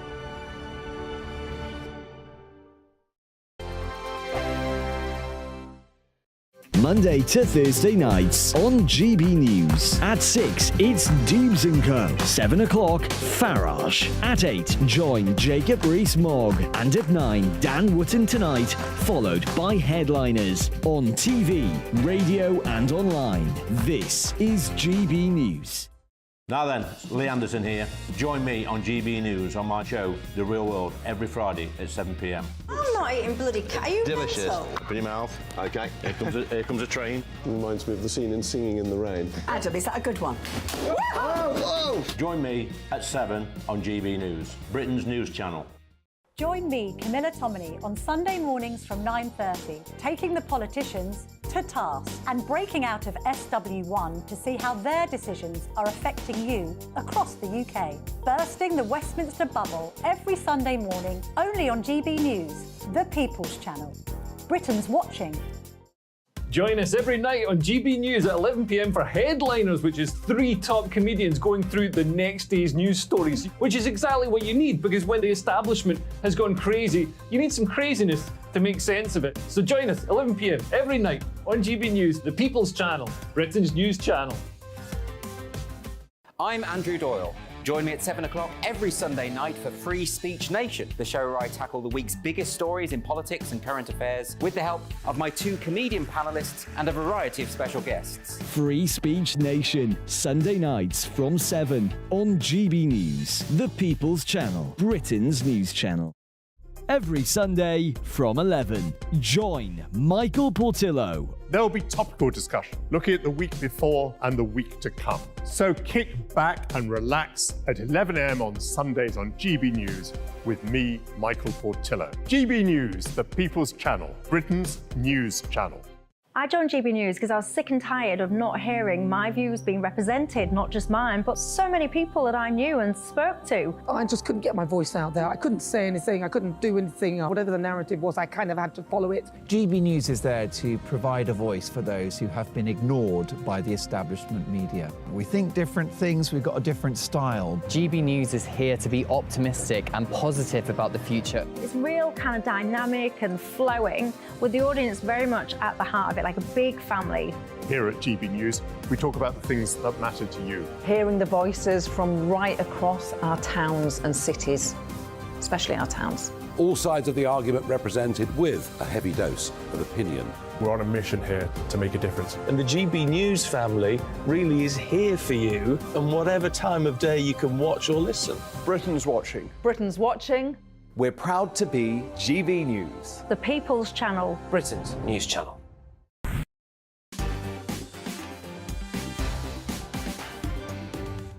It's 10:30 p.m. and you're watching Mark Dolan Tonight.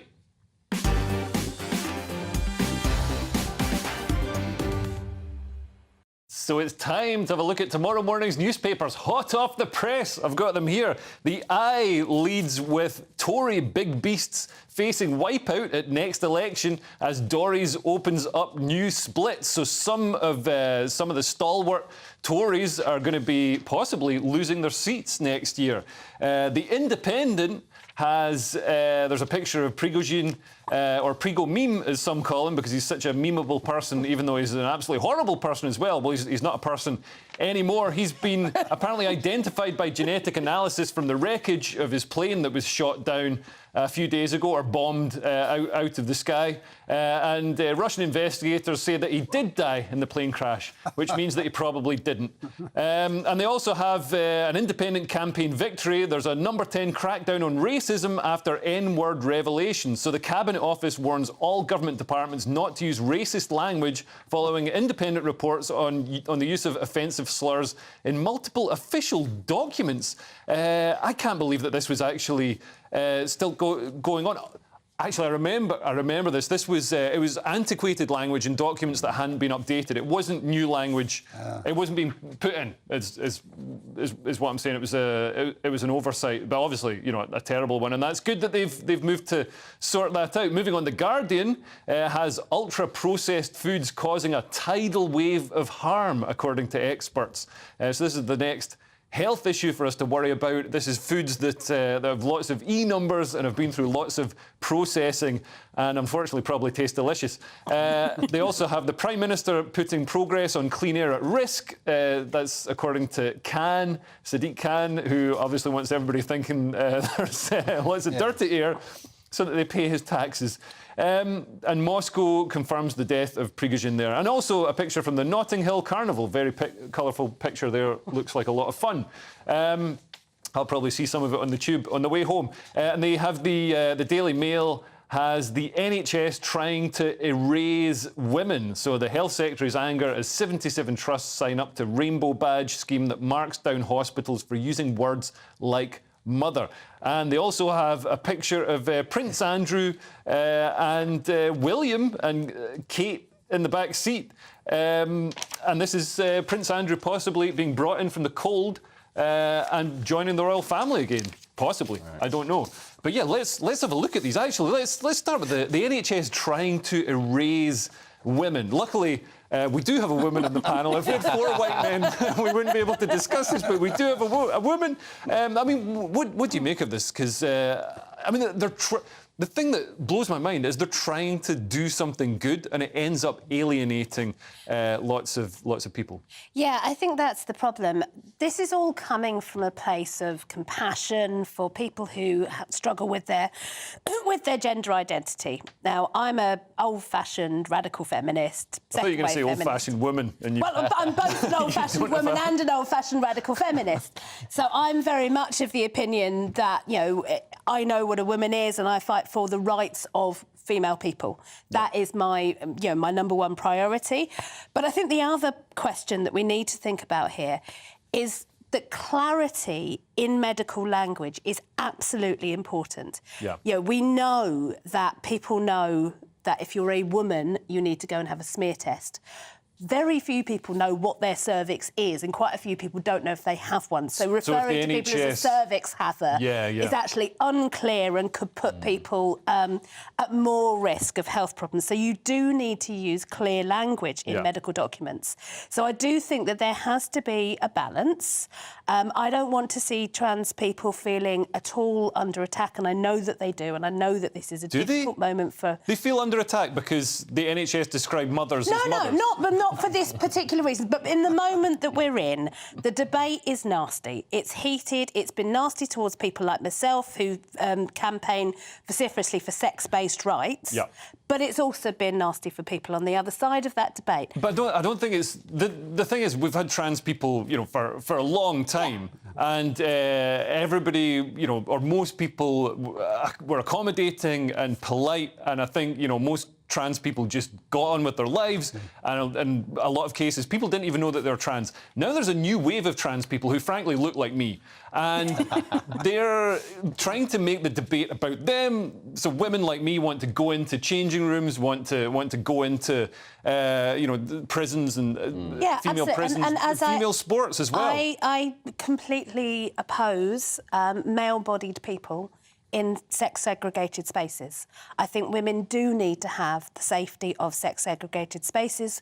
And again, sports is and obviously it tends to be sports where these things always come through, because there is quite an obvious power disparity between a male weightlifter, for example, and a female weightlifter. And I think we just saw a case where the male in a female category, the female-identifying male, lifted 200 kilos more than the nearest it was insane. competitor. It was in Canada. This, I mean, we say a trans woman. It was a bloke, and went along, you know, said like Zubi did, said I'm a woman, and just smashed the records out. I mean, you know, at peak athletics, you'd maybe get a record broken by, I don't know, maybe 2 kilos, 5 kilos, smashed it by 200 kilos. It was an amazing win for the patriarchy. Inspiring. Yeah, it was fantastic. Yeah, I mean, are you inspired to perhaps become a women's tennis player? I've actually thought about it a lot. It's great, you know, because I had to give up my sport career by being not good enough, but now there's a new avenue. I can finally compete. It's going to be wonderful. And Neil, do you find the NHS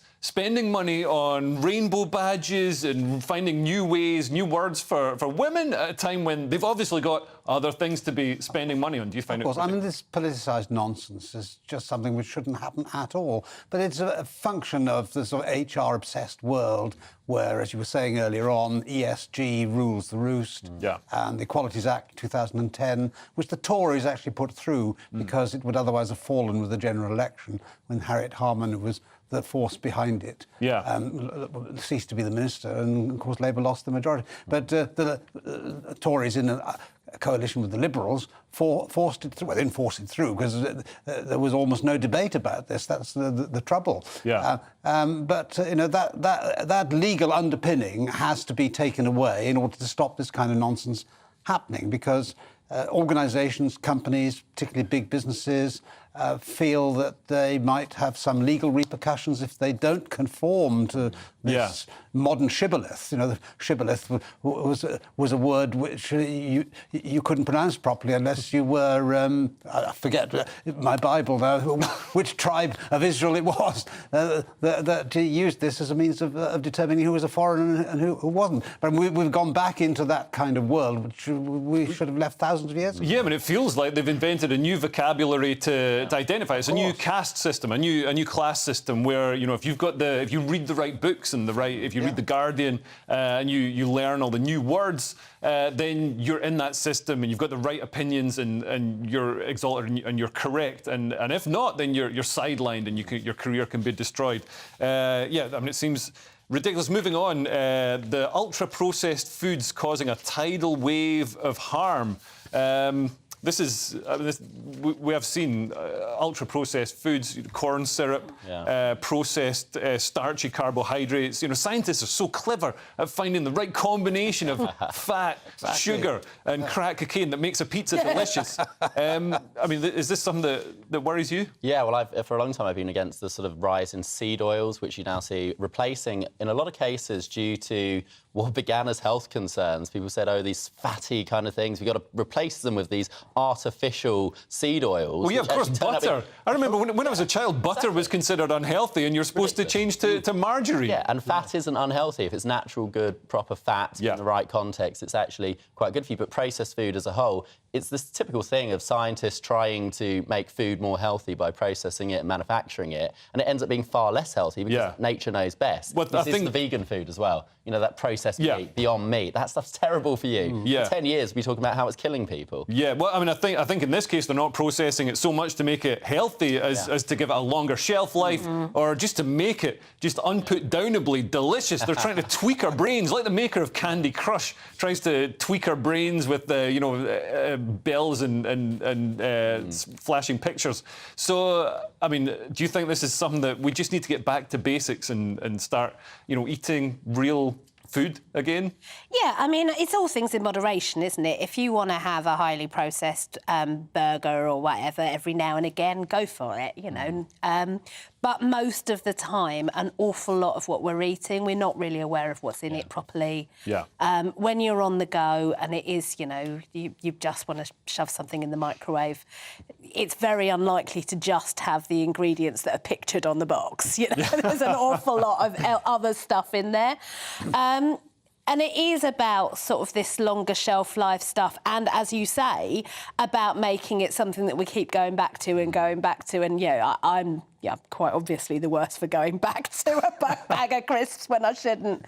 But, I think we have to be understanding of the kinds of lifestyles that are leading to people eating unhealthily and trying to maybe think about how we can allow people to have better access to fresh food and better ability to have the time and I think they can just go to the shops and buy it. Yeah. I think when you go in the supermarket, they've got the fresh food in there, and you've got the choice. Are you going to get the frozen pizza? There are places where that's just not available to people. No, in the city, you can get food easier. You can get fresh food more. There's markets all over the place.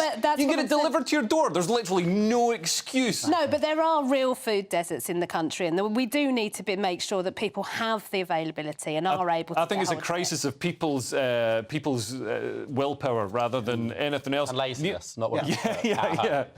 Neil, I'd like to come to you about If you've just done a 12-hour shift, are you going to spend an hour at the stove? Because I'm not. I think, honestly, you don't need to. I think cooking is one of the most therapeutic things you can do. Exactly. Relax. And also but if you've spent 12 hours on your feet in a warehouse, you are not going to then want to spend. I used to work in a warehouse. You know what? It's actually cheaper and easier to eat healthy food. So a can of chickpeas. Well, eat a can of chickpeas. Might not be the most delicious thing. Whip a bit of pesto into it. I don't know what you want to do. Put a block of butter on it. You're allowed to now.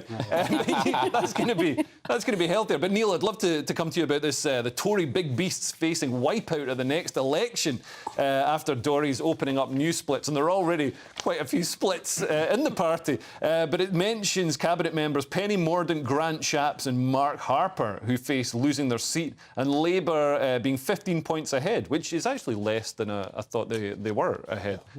Well, we've been here before. I mean, I was a Member of Parliament back in the mid-1990s, and for nearly 5 years after Britain fell off the cliff of the ERM, the Tories were flatlining in the polls. Yeah.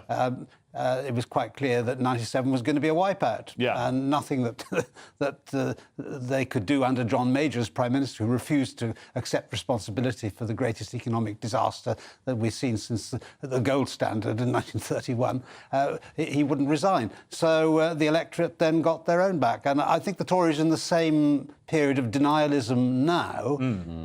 And as Nadine Dorries said in her explosive resignation letter, why would you vote for a Tory party that isn't recognisably conservative and is doing all the things that the Labour Party would do? Actually, we're now seeing a reversal of roles. Today, the Labour Party is saying, no, we're not going to put up taxes on rich people. We're not going to have a wealth tax and so on. Meanwhile, the Tories have produced the highest tax burden since the Attlee government of the 1940s. So it's no wonder that the Tory big beasts, and I think a lot of little beasts also, will be wiped out. Some people I'll be very sorry to see lose, like Lee Anderson. So we need more people like him, and maybe then the Tories wouldn't be in this predicament. In the doldrums they are, and it looks like it could be a 1997-style wipeout. Now, earlier today we asked you, our viewers, was Nadine Dorries right about Rishi Sunak? The results are in.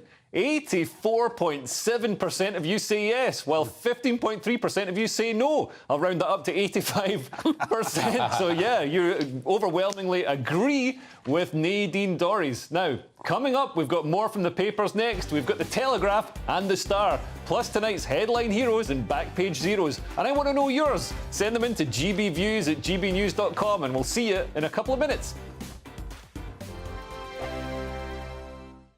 What you get for breakfast is something that, if we do our jobs right, you will wake up to news that you didn't know the night before. It's a conversation. It's not just me and Eamon. We want to get to know you, and we want you to get to know us. From 6, it's Breakfast with Eamon and Isabel. Monday to Thursdays on GB News, Britain's news channel. Westminster is going around in ever-decreasing circles, followed by the media. Britain is broken. How on earth did we get into this mess? But more importantly, how do we get out of it? Join me at 7 p.m, Mondays to Thursdays on Farage, here on GB News. We will have open, rational debate. We've got to work out how Britain moves forward from this. Join us here on GB News, the People's Channel. Britain is watching. When the news happens, it happens here. And really important breaking news. Breaking news this morning. On TV, radio and online, the news starts here on Britain's Newsroom. All the biggest stories and the answers that you need from across the UK and beyond. Join Britain's Newsroom from 9:30 on GB News. The People's Channel, Britain's news channel.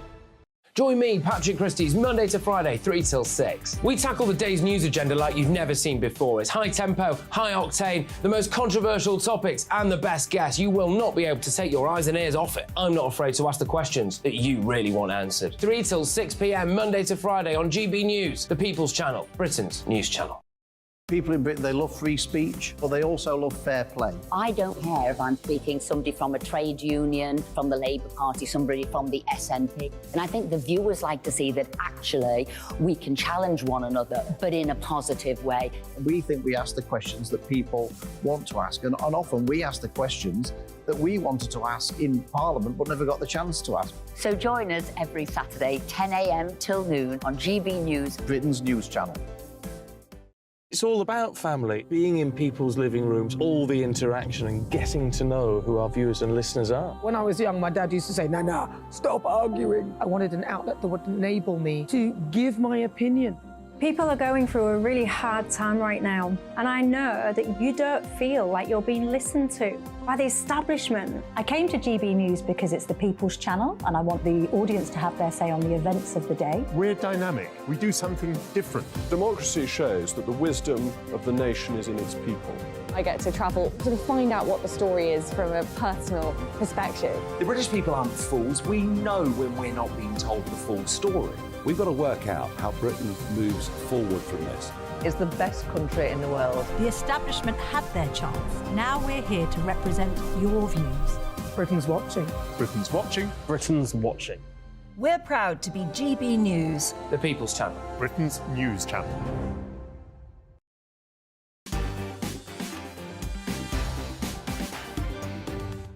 Welcome back to Mark Dolan tonight. I've got a couple of your emails here. Linda says, I love Anne Widdecombe. She is an amazing, principled woman. I never disagree with her. I wish she was our Prime Minister. Well, a lot of people are going to be agreeing with you. I think you've made some good points there. Tron says, I think Emma is right about Dr. Shola. Isn't it quantum physics that we create that on which we focus our attention? All we do by responding to her is feeding her overreaching ego. Maybe you've got a point, Emma. I'm starting to come round to it. Maybe I should just ignore Dr. Shola in future, no matter how much it gets my back up. Andrew says, Leo, I love your new jacket. Thanks very much, Andrew. 50 quid in TK Maxx. Richard says, Leo just wanted to say on your last shift that you have done an amazing job covering Mark and have kept the show at an elite level all month. Yeah. Thank you so much, Richard. I didn't even pay him to say that. That's fantastic. Now, I paid Tron. Let's have a look at the papers that have just come in. We've got the Star, which has 23 degrees centigrade. Happy Monday. I wouldn't have thought, with all this talk of the planet being on fire, I wouldn't have thought that 23 degrees C is particularly warm, and that's coming from a Scotsman. But apparently we're going to get a sunny bank holiday and an Indian summer. Can you say Indian summer now? Surely that's well, they racist. did on the Star. If they're being racist, I'm just quoting them. No, I think it's fine to say that. So yeah, we're going to get an Indian summer. I remember last year, September was amazing. It was like the best month of the summer. It nearly convinced me of climate change. The Daily Telegraph has Braverman police must investigate every theft. The Home Secretary tells forces that ignoring low-level crimes is no longer acceptable. And Labour will pay GPs more if patients can see doctor of choice. And also, they've got a picture of Prince Andrew there saying, has William forgiven his disgraced uncle? I just want him to go on Newsnight again and do another interview. That was the most entertaining thing Maybe we could I've ever get him on seen. GB News. Yeah. I mean, well, be careful what you wish for. So, I mean, this thing about Braverman saying the police must investigate every theft, I'm kind of shocked. Are they not doing that already? They weren't doing this already. They weren't investigating every burglary or every car theft. No. I mean, and I guess going into an election year, Neil, this is something that politicians always rattle the sabre about. Yeah, but obviously she can do nothing actually to influence operational policing on the ground. Yeah. It's just a bit of soundbite vacuity, really. But she's absolutely right in principle. From Suella Braverman, who'd have thought? Yeah. But Emma, I mean, as a political consultant, I mean, she's so much in the world of policing is politicised now. We see the focus on non-crime hate incidents. You know, people sending a transphobic limerick on Twitter or whatever nonsense they get investigated for. And obviously, the police like investigating them because they're easy. You're not rolling around in the gutter with somebody with a knife. But this could steer some of the forces to focus on actual crime instead of nonsense crime? Well, you'd hope so, but you also wonder why the Home Secretary has to come out and say this now and what she's been doing for the last, 4 years or so. She hasn't been Home Secretary. Well, I mean, however long she's been Home Secretary, she's had two goes at it, hasn't she? Because she was sacked for being indiscreet. She didn't get much done there. Yeah, but I mean, the sacking was a very minor. It was a very minor indiscretion. It always makes me laugh when a politician who is Home Secretary comes out and says something as blatantly obvious as police should investigate crimes. It's like, I do agree duh. with that. I do agree with that. It's like when Priti Patel always came out and said, we need to do something about these channel crossings. It's like, you're the Home Secretary. You do it. Like, if only you were the Home Secretary, you might be able to fix it. Well, moving on, we've got your headline heroes and back page zeros. So, Ben, who is your headline hero this week? Oh, I seem to have forgotten. I think it was Nadine Dorries. Right. Because, not because I like Nadine Dorries, but because she gave a scathing attack on Rishi Sunak, which was entirely correct and actually very well written. She's a great writer when it's, polemic against someone she hates massively. She can bring out the words. But I read through it and I thought, yeah, she's pretty much spot on all of this. And I think maybe it might reform her reputation slightly among... And also she might have a career after politics as, like Boris Johnson, writing columns. Emma, who's your headline hero? So my headline hero is the Spanish women's team, but I also want to give a shout-out to Mary Earps, who I think has been an absolute hero of the Women's World Cup. Not only in the fact that she saved a penalty, which almost never happens, but also in that amazing moment that we all saw her mouthing what we saw her mouthing very, very clearly. But the Spanish women's team have really stood by each other in solidarity over their dispute with the incident. The FA chief who kissed one of the... But we see that in men's football all the time. Passions are high, men kiss each other. They do, but there's usually a sense that you check in before you do that, and I think this is what did not happen. She said she very clearly sent an email to David Beckham being like, I'm planning on kissing you. I am always planning on kissing David Beckham, and any time he's available, we can make an arrangement. But yeah, I've been really impressed by the way that they've stood together as a team, and I just think that's a really beautiful thing to see. Yeah, great. And Neil, who's your headline hero? It was Nadine Dorries, but I think I'm going to have to swerve, aren't I? For the same reason. You can still have her. So, I'm going to say Dr. Stephen Breary, who was the consultant at the Countess of Chester Hospital, who actually did call out... Who blew the whistle. Lucy Letby, but was told to apologise to her for his... his impertinence or for falsely accusing her. Yeah. And now let's just whiz through your zeros. Ben, who's yours? I've gone for someone called Emma Haddad, who was the Home Office's asylum chief until recently, and she's now gone to work for Amnesty International, where she's turned around and said that the government and the Home Office are massively racist and we need to let all the asylum seekers in. What, the government and the Home Office that she was a part of? The one massively where she racist. was in charge of the asylum system of this country. Hoisting herself by her own petard. And Emma, who's your zero? So, ironically, and possibly as a result of my role in this panel, my zero is Nadine Dorries. While I agree with every word she says about Rishi Sunak, I just think the whole thing has been a really distasteful... undignified. Just undignified. Undignified. And Neil, who's your... Well, I think something seems to have gone wrong tonight because Emma Haddad was also my choice. For exactly the same reason. Am I being spied upon here? Were you looking over... on the same wavelength. Did you both get ChatGPT to write your answers?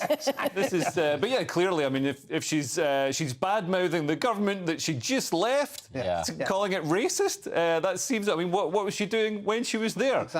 I mean, the worst thing about this, and we saw it with Sue Gray as well, who was doing that inquiry into Boris Johnson whilst she was talking to Keir Starmer about becoming Keir Starmer's chief of staff. Yeah. It's how it brings the whole civil service into disrepute. OK, well, thanks for watching tonight. Mark is back with you on Friday, and Headliners is up next. Stay tuned for that in a few minutes, and thanks for watching while I've been filling in for Mark. Bye.